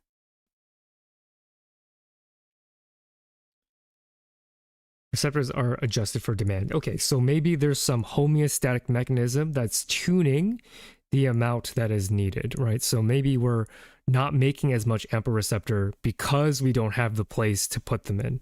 And that's definitely true. And so what I like about this paper is that the authors tested for that. So we're back, baby. Western blot S tier technique. So this is a Western blot for KIF21B. And we see here in the wild type mouse, you get KIF21B, and in the knockout mouse, you don't get the KIF21B. So we're making sure that KIF21B is in fact knocked out. And then we take a look here, GluA1 and GluA2, they're both made roughly the same amount. So it's reasonable to hypothesize that without this motor protein, maybe the AMPA protein just can't make it to the synapse. They just can't make it there. You're still making the same amount. We know that from the Western blot, and that's why the Western blot is so powerful. But we also know that you don't get as much of it on the surface, so maybe we're still making the protein, but it can't get to where it needs to go. That's a reasonable explanation, and I think that's interesting. So maybe this has partial explanatory power for why neurons are messed up in Alzheimer's, because this protein is partly responsible for making sure that the correct amount of this AMPA receptor reaches the cell surface. I think that's interesting. So the other thing, and this is scary data to explain. I did neurobiology in grad school, but it's been a while since I had to think about these things called mini EPSCs, miniature excitatory postsynaptic currents. So that is a mouthful, but let me try to break this down for you. So we know that there's not as much receptor on the surface of these neurons, which likely means that their synaptic strength is altered. Their ability to talk to each other, the intrinsic strength by which they send signals to one another could be reasonably assume to be decreased, but we have to measure that. We can't just say we assume. So how do we measure synaptic strength? Well, I probably should have made a slide just for this actually, but what you do is you take a bunch of cells, either in a slice or in a dish, and you add pufferfish poison. Pufferfish poison. How many of you in chat have heard of pufferfish poison? TTX. How many of you have heard of TTX? How many of you know what TTX does? At the very least.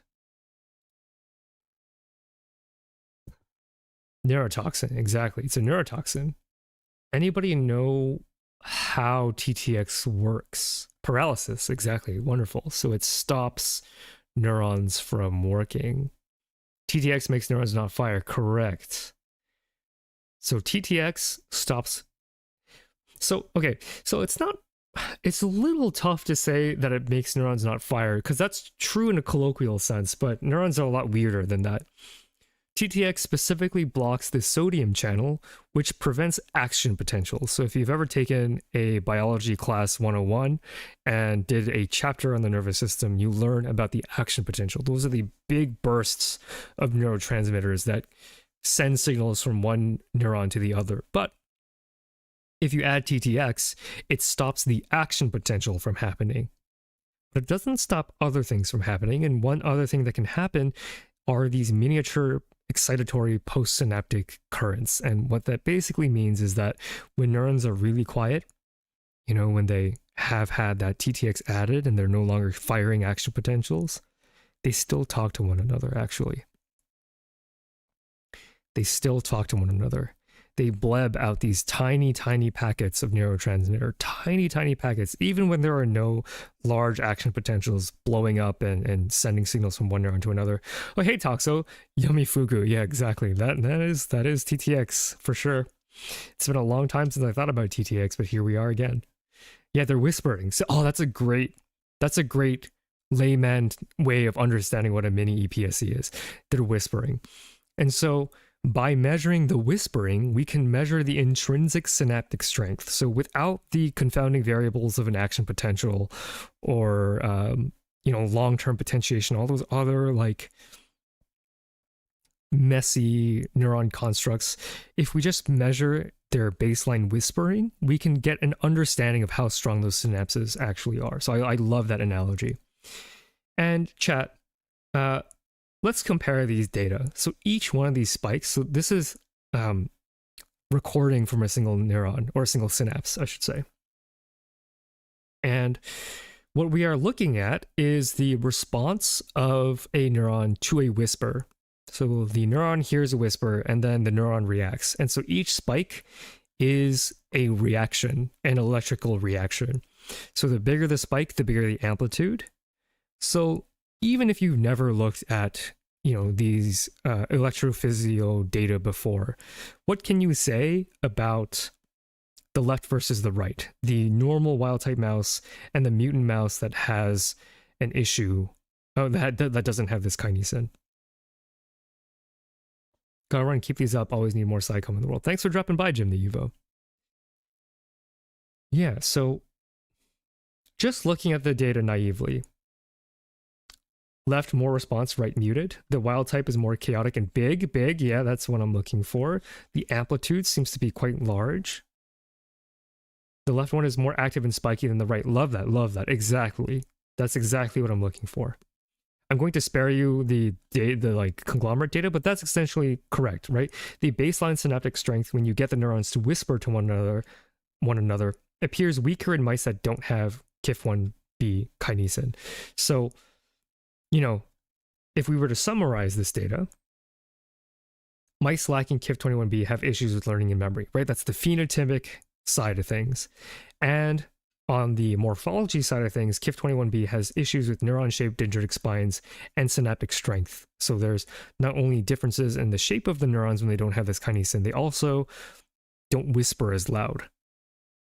Very interesting.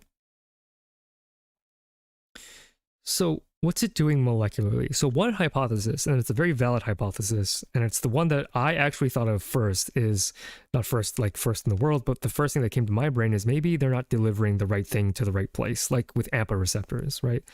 Maybe they're just not able to get the things where they need to go. But actually the authors choose a different line of inquiry. That doesn't mean that anybody that said the cargo thing is wrong.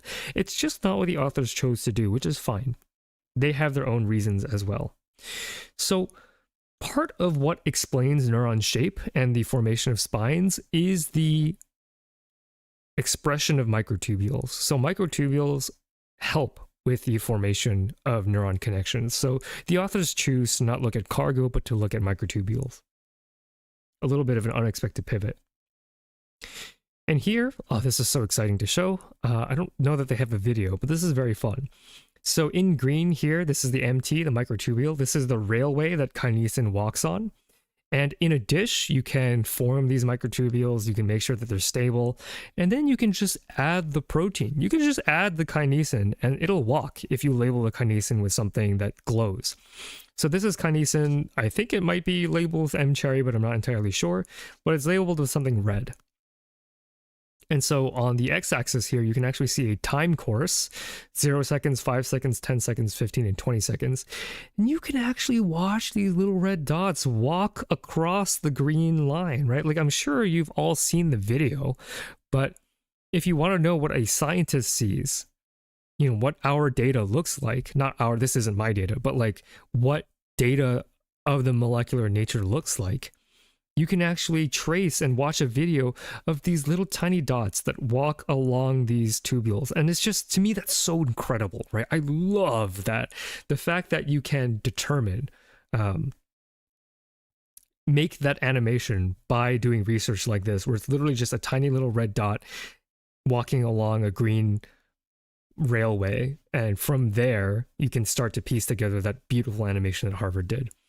Y-axis, the y-axis is the distance across a microtubule, right? So it's not got an axis really, it's just like this is underneath the red.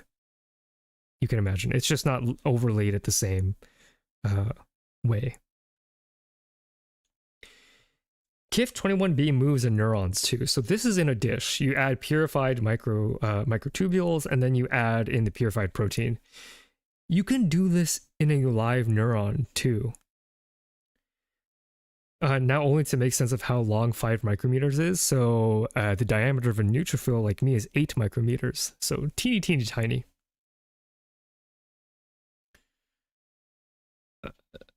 Yeah. Also, it's not necessarily the size of the kinesin, right? Because this is the fluorescence signal.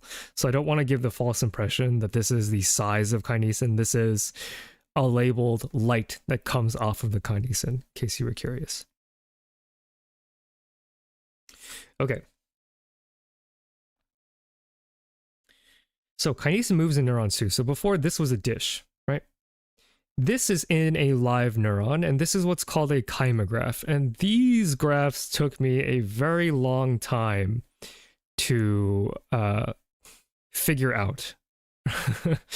These took me a long time to understand. So I'm guessing there's not too many people in chat that have looked at a Kymograph. Sound off in chat if you know what a Kymograph is. I'm just curious how far my audience has gone in their biology education. Anybody know what a Kymograph is? Because these are very hard to explain. But once you kind of understand them, they're kind of neat to think about. All right, Kymo what? Exactly. Kymograph. K-Y-M-O graph. Kymograph. So I've heard the name before. I have yet to look into it. Interesting. Yeah, so this is a very like molecular biology kind of study to do. And let me explain these axes. On the left, on the bottom here, on the x-axis is distance, and on the y-axis is time. And so that's really screwy. And up here you can see the trace left by a kinesin molecule walking across a microtubule. So this section, we are traveling across distance, and we are slowly moving up in time. So this portion of the Kymograph represents the kinesin walking, and then this portion of the Kymograph represents stalling, right? We are moving across time, but we're not moving across distance, and so on and so forth, right? So anytime you see something flat and kind of curved up, we're walking, and then we stop for a period of time. We're walking. Oh, my mouse isn't showing up here. This might make it easier. We're walking. Time is elapsing, but also we're walking across distance, although I think it's actually this way. So let me do it this way. Walking. We pause. Walk. We take a big pause. Walk. We take a big pause. Walk. What a weird way to represent distance time. It is. Kymographs are weird, but they are nice to show processivity, like how smooth is the movement of the kinesin. So in this case, it moves and there's stalling happening, and this is happening in a live neuron.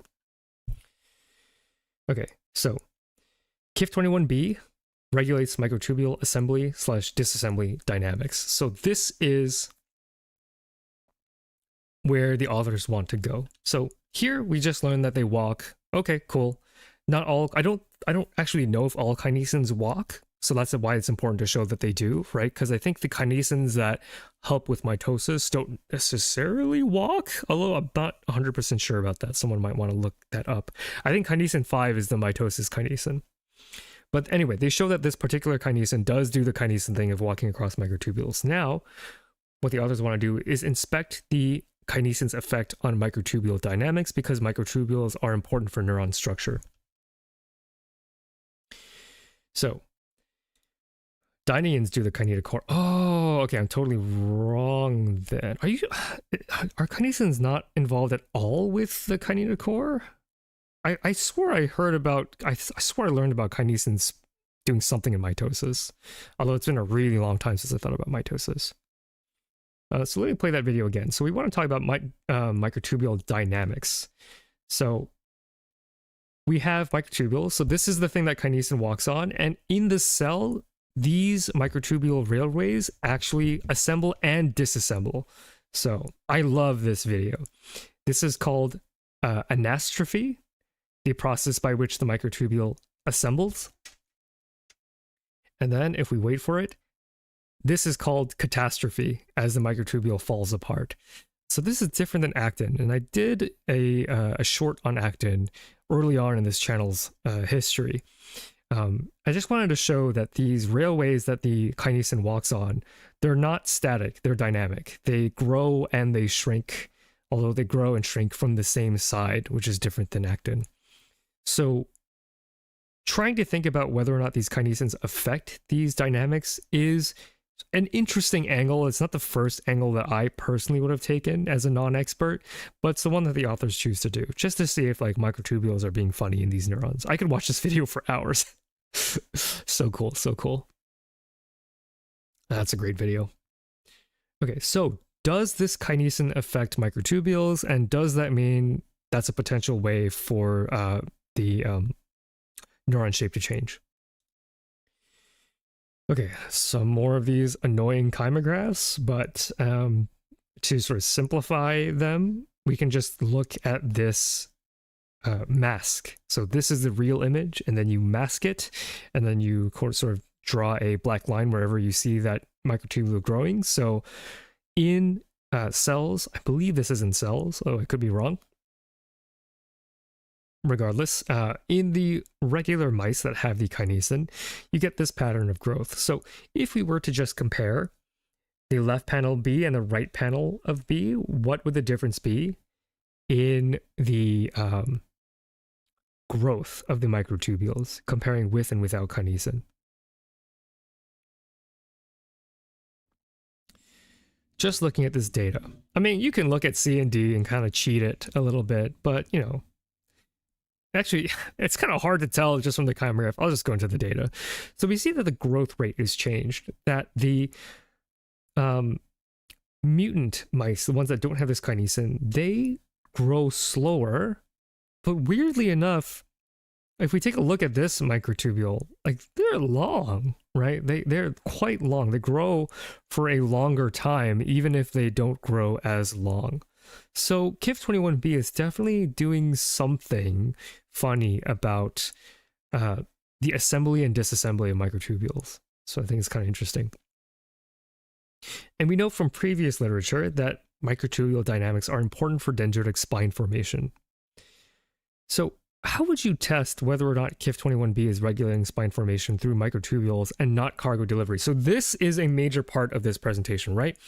I started the presentation by talking about cargo delivery, promising cargo delivery, and yet this paper took me in places I did not expect to be taken. So we have two potential mechanisms, right? Either KIF21B is regulating microtubule dynamics and therefore neuron shape through its action on microtubules, or through its more well-known function to deliver cargo. So, you brainiacs in chat, how would you test which one of these is more important?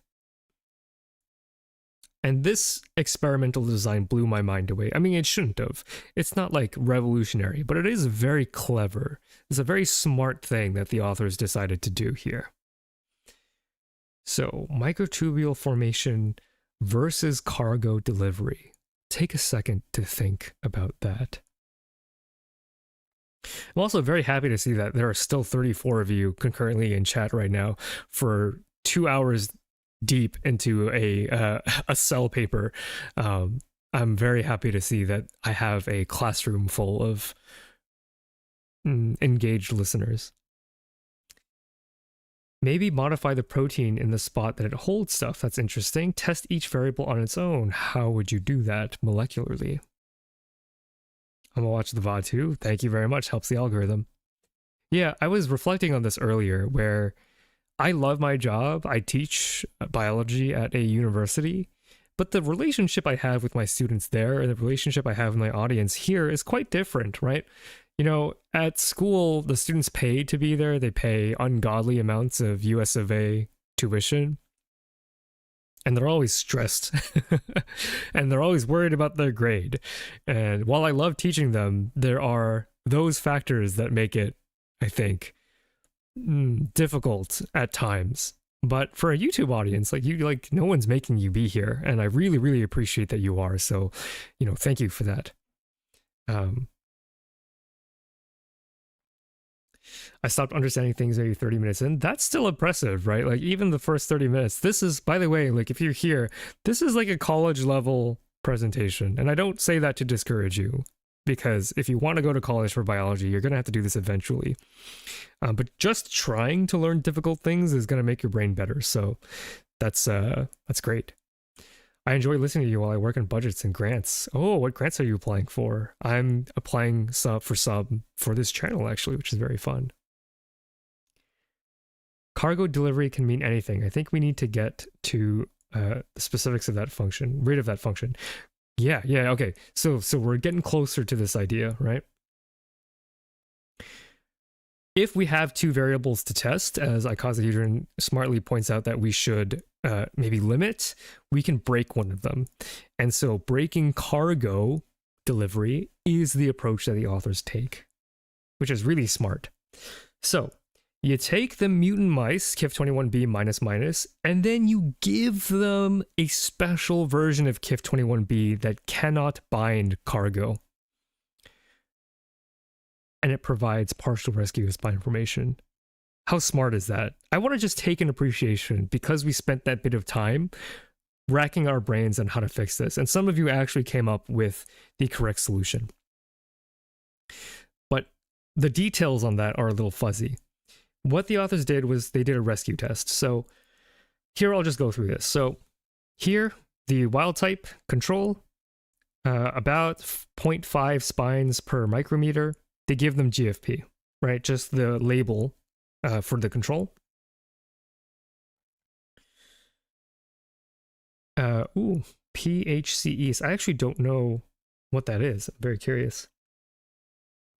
In the next bar, we have the mutant. So we already know from earlier on in the paper that if we remove the kinesin that we get fewer spines. This is not a surprise. right? They somehow have a different neuron shape. They also have fewer potential synapses that they can make with other neurons. When we give them this special kinesin, KIF21B 1 to 620, so this is only a portion of the protein, and it's the portion of the protein that walks. It's the portion of the protein that moves. Past 620 is the portion of the protein that binds cargo. So this is a special kinesin that cannot bind cargo. And when you give them that kinesin, you get a partial rescue. Not a full rescue. It doesn't make everything honky-dory again, but a partial rescue. It's better than not having the protein at all, which indicates that the part of the protein that binds to microtubules, the part that might be regulating the dynamics, is the part of this that's important. And importantly, when you add the full length back, you still get a partial rescue. So it looks like adding back the protein, it might be too late when you have a knockout, right? Because the animal has grown, the neurons are grown. They've already, done a lot of neuron things at that point. Adding back the full length might not be enough to rescue them just because you didn't add it back soon enough. If you had added the kinesin back when it was an embryo, maybe that would be a different story. But, an older mouse, this is not a surprise that we don't get a full rescue. But it is a surprise that adding back the part that doesn't bind cargo works just as well as the full length protein, and I think that's wonderful. That is pretty good evidence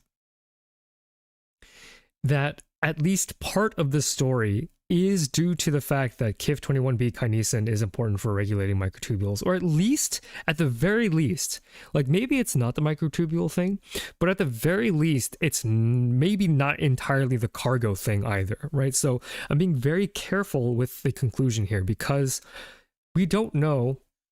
I don't think they tested for whether or not adding back the KIF21B here restored microtubule dynamics. I don't think they did that in the main body of their text, but at least we can say that the part of the protein that's important is not the cargo part, and I think that's an important distinction. Okay, putting it all together, we've made it to the end of this 2-hour presentation. It's been fun, but to summarize this, Alzheimer's patients have elevated KIF21B. So here, this entire time, we've been talking in a context where you don't have enough KIF21B. Alzheimer's patients actually have too much of it. KIF21B kinesin may be responsible for having appropriate neuronal development and synapse formation by regulating microtubule dynamics. These may play a role in the regulation of synaptic strength within the hippocampus, which may explain deficits in learning and memory in Alzheimer's patients. This hypothesis is not mutually exclusive with the amyloid plaque hypothesis, which is the thing that most people know about. Now, chat, I want to ask you a question. Are you surprised? This entire time we're talking about when you don't have this protein, but it turns out that Alzheimer's patients have too much of this protein. Back to dad mode. Hope the rest of the paper goes well. Hope dad mode goes well. Good luck, Clockwork. Is this surprising to you? Elevated KIF21B kinesin in Alzheimer's patients. Why would Alzheimer's patients have too much of this kinesin? What are some potential mechanisms or potential explanations? Because I have a particular bias, and I was pretty surprised. I couldn't believe my eyes. I was like, what? Wait, what? And I'm wondering if you're understanding why I'm confused here. Because I am confused, or at least I was when I thought about it a little more and I was fine. But at the time, when I first read the protein, I was confused. They need to transport the plaque away from the nucleolus. That is maybe too specific of a hypothesis. I'm looking for something more vague. My guess would be a defensive response. Yeah, maybe. And I don't know if the authors have this as a hypothesis that they have, but maybe things aren't going very well in the cell during Alzheimer's, and maybe in Alzheimer's neurons, you actually make too much of it to try to increase the connections between neurons. Maybe. What's another possible explanation? Maybe perhaps a gradient of some sorts. I'm not entirely sure what you mean by that. Too much is too much and too little is bad. Homeostasis is the best. Yeah, that's where my brain goes to as someone who thinks about homeostasis a lot. That biology tends to not like being too extreme one direction or another. Things tend to work best when they are working as intended, although that's not the case across all different circumstances. Okay, since I'm only catching the tail end, KIF21B by symptomatic of something else unrelated to its role. Yeah, at the beginning of the presentation, I do talk about the fact that, you know, you will hear correlation is not causation all over the Alzheimer's literature, so it's possible that it's not doing anything. But we do know that it has a function, and the function here, as we learned in this knockout mouse, is to make sure that neurons have an appropriate shape and can whisper or have the appropriate strength to talk to other neurons. So I think it's safe to say that this protein is definitely doing something. I'm convinced about that. Exactly what it's doing in the context of Alzheimer's is kind of complicated. So I think Pakinji is telling me to hurry up because she just walked over my keyboard and progressed to the next slide. So the etiology of Alzheimer's is really complicated. I had this slide earlier in the presentation. And so, you know, when I was reading this paper, you know, I don't fully read the paper before I start the presentation. I kind of do a slide, I read a little bit, and then I do a slide. And when I was doing my slides, my initial hypothesis was cargo transport, as is the more common thing to believe about kinesins. But by the end, I'm now starting to seriously wonder if it really is microtubule dynamics, if there's something about the cytoskeleton in the neurons that KIF21B is regulating that might be altered in Alzheimer's patients. Whether or not it's a good thing or a bad thing, I don't know from this particular paper. Maybe neurons need to get stronger so they don't get crushed by plaques. Yeah, maybe. It's possible that plaques inhibit neuron strength, and maybe the cell is sensing that it needs to get stronger, and maybe it makes more KIF21B in response. Certainly a possibility. I don't know that that is true, just because, you know, yeah, I should have mentioned this at the top, that like these journal clubs, I don't want to give anybody the impression that I'm an expert whenever I do a journal club. I'm giving you a sense of what it's like to be a scientist reading something outside of their immediate comfort zone, as a way to illustrate that there is a lot of room to be wrong in science. Like, you should trust the aggregation of scientists, right? The body of science. If a health institution tells you something, it's a pretty safe bet. Now, are health institutions always right? No, nobody can always be right. But the collective wisdom of scientists is usually right for the overwhelming majority of things. But part of why I do these journal clubs is to illustrate that there is so much bubbling and so much uncertainty at the forefront of research, and that individual scientists, such as myself, can have blind spots. That's why I'm very careful to communicate what is a blind spot and where my confidence is. Some of these things I'm more comfortable talking about, and some of these things, like the genetic engineering bit, I was less comfortable talking about. Just to give you an idea, like, you know, it's work. It's a lot of work to form an educated opinion. And I wouldn't even say that I am capable of doing that after reading this paper, because I've only read one. I've read other Alzheimer's papers too. Jim the Evo was referring to ApoE, and I read a bunch of ApoE papers back in graduate school, but it's been really long since I've done any of that research. Using them to compensate for another problem, maybe like weaker activity. Yeah. Maybe compensation homeostasis. That's certainly a valid explanation. Something where plaques forms around microtubules. Yeah, maybe. I don't really know where plaques are localized. Certainly an interesting thing to look up. The plaques could prevent the movement of proteins so the cell compensates by making more kinesins. True, yeah. Plaques might be screwing up microtubule dynamics, and maybe KIF21B is trying to fix it. Yeah. Thanks for the stream. No matter how little I understand, this is fascinating. Having a presentation help make sense of it certainly helps. You know, if you ever find yourself in a upper level biology class in the future, maybe some of this will make more sense, and you'll be able to come back with a renewed sense of appreciation. It's definitely not my goal to confuse people, but it is meaningful to me that I have people who are maybe not in the biology sphere who come to check things out and actually stay for a good amount. Like, I'm really honestly surprised. But I must be doing something right if people like you are showing up and staying for a good chunk to talk about some real science, not the pre-digested science, but the real look at data with your own eyes type science. And I like looking at data. Like, I love looking at like microscope images and figuring out what they mean. And, you know, that's why I continued to teach biology, because, you know, it's just fun. It's funny because the only part I was super comfortable with was the genetic engineering bit. I do oligo vector design and NGS library prep. Oh, you would have been so good to talk to right at the start. Because I was really confused. Maybe we'll go back and I don't know if you can quickly help with what exactly was happening, because I failed to understand this thing. Because I wasn't sure if this was the targeting vector or the animal's genomes. You don't have to take a quick peek at it, but just if you're curious and want to like help me, because I was certainly flailing, what I got was, you know, you flox the exons 2 and 3 and loop out the chunk of the DNA that codes for the majority of the protein.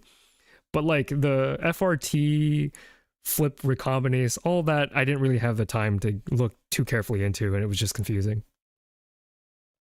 I'm in software, so I probably won't make sense of it, but I'll keep being curious, and thank you for that. There are actually a bunch of you in the audience that are come from a software/programming background. By the way, I keep forgetting to do these regular plugs, but the only way I'm making the Discord public is through the streams. I don't want to like unleash the 100,000 people that watch the pre-on video into my Discord. It seems very intimidating and scary. So if you want to join the Discord, the Discord link is down below in the description.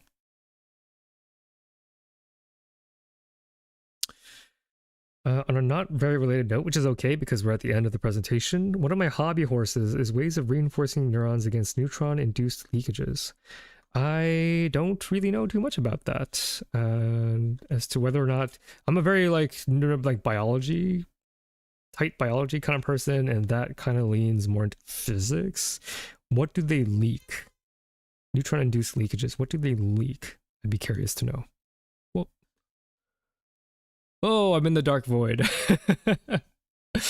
I was troubleshooting OBS for a while, so let's see if I can add the presentation background back. There we go.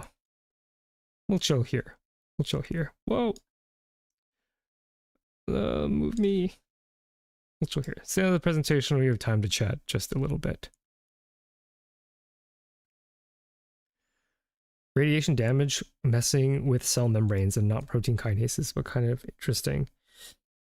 Yeah. I don't really know if neurons are the best cell to look at for repair, because I'm just not too familiar with internal repair for neurons. It just seems kind of a tough cell type to repair, because so much of their evolutionary investment is surviving, not replicating, and doing their job. One of my hobbies is creative writing. Currently working on a sapient bacteria project that'll later become a zombie infection. Yeah, biology is really great for gathering inspiration for that kind of thing. Presentations are, again, a lifesaver for making these bacteria as accurate as possible. I appreciate it. I look forward to how you turn these presentations into creative fiction, which would be sort of interesting. Certainly I've had a stab at it myself with some of the Plague Inc. material that I've done. All right. So, yeah. So it was a lot of fun. This is a paper that I referred to as like being in my comfort zone. I called it in my Discord like my cozy comfy kind of paper. That's not because I find Alzheimer's cozy comfy, but because this paper represents kind of like a very comprehensive sampling of the stuff that I love to read. So you got a little bit of genetic engineering, you got a little bit of phenotypic analysis, you have a little bit of cell and molecular biology, and you have a little bit of Western blotting, and like these very accessible methods that don't require like tons of background to understand. And like, I'm always more of a fan of biology when it is accessible. Some of the big data stuff can be pretty complicated. Not that I don't love that research exists out there as well, but just that like this was a very comfortable paper for me to talk about, even if I didn't get everything completely correct. I just hope that like by showing you this particular paper that you can get a kind of sense for the style, my taste, and understanding my taste, I hope will help you understand your taste. And yeah, I hope you all enjoyed that paper. I don't really have any end of stream announcements, except if you are heading back into university classes or if you've started classes already, good luck. I hope this semester goes very well for you. And I hope to see you in whatever I choose to do next. All right. Squiggles in my eyes, those are my chromosomes. All right. And with that, I will say goodbye to you all. Goodbye. Have a good day.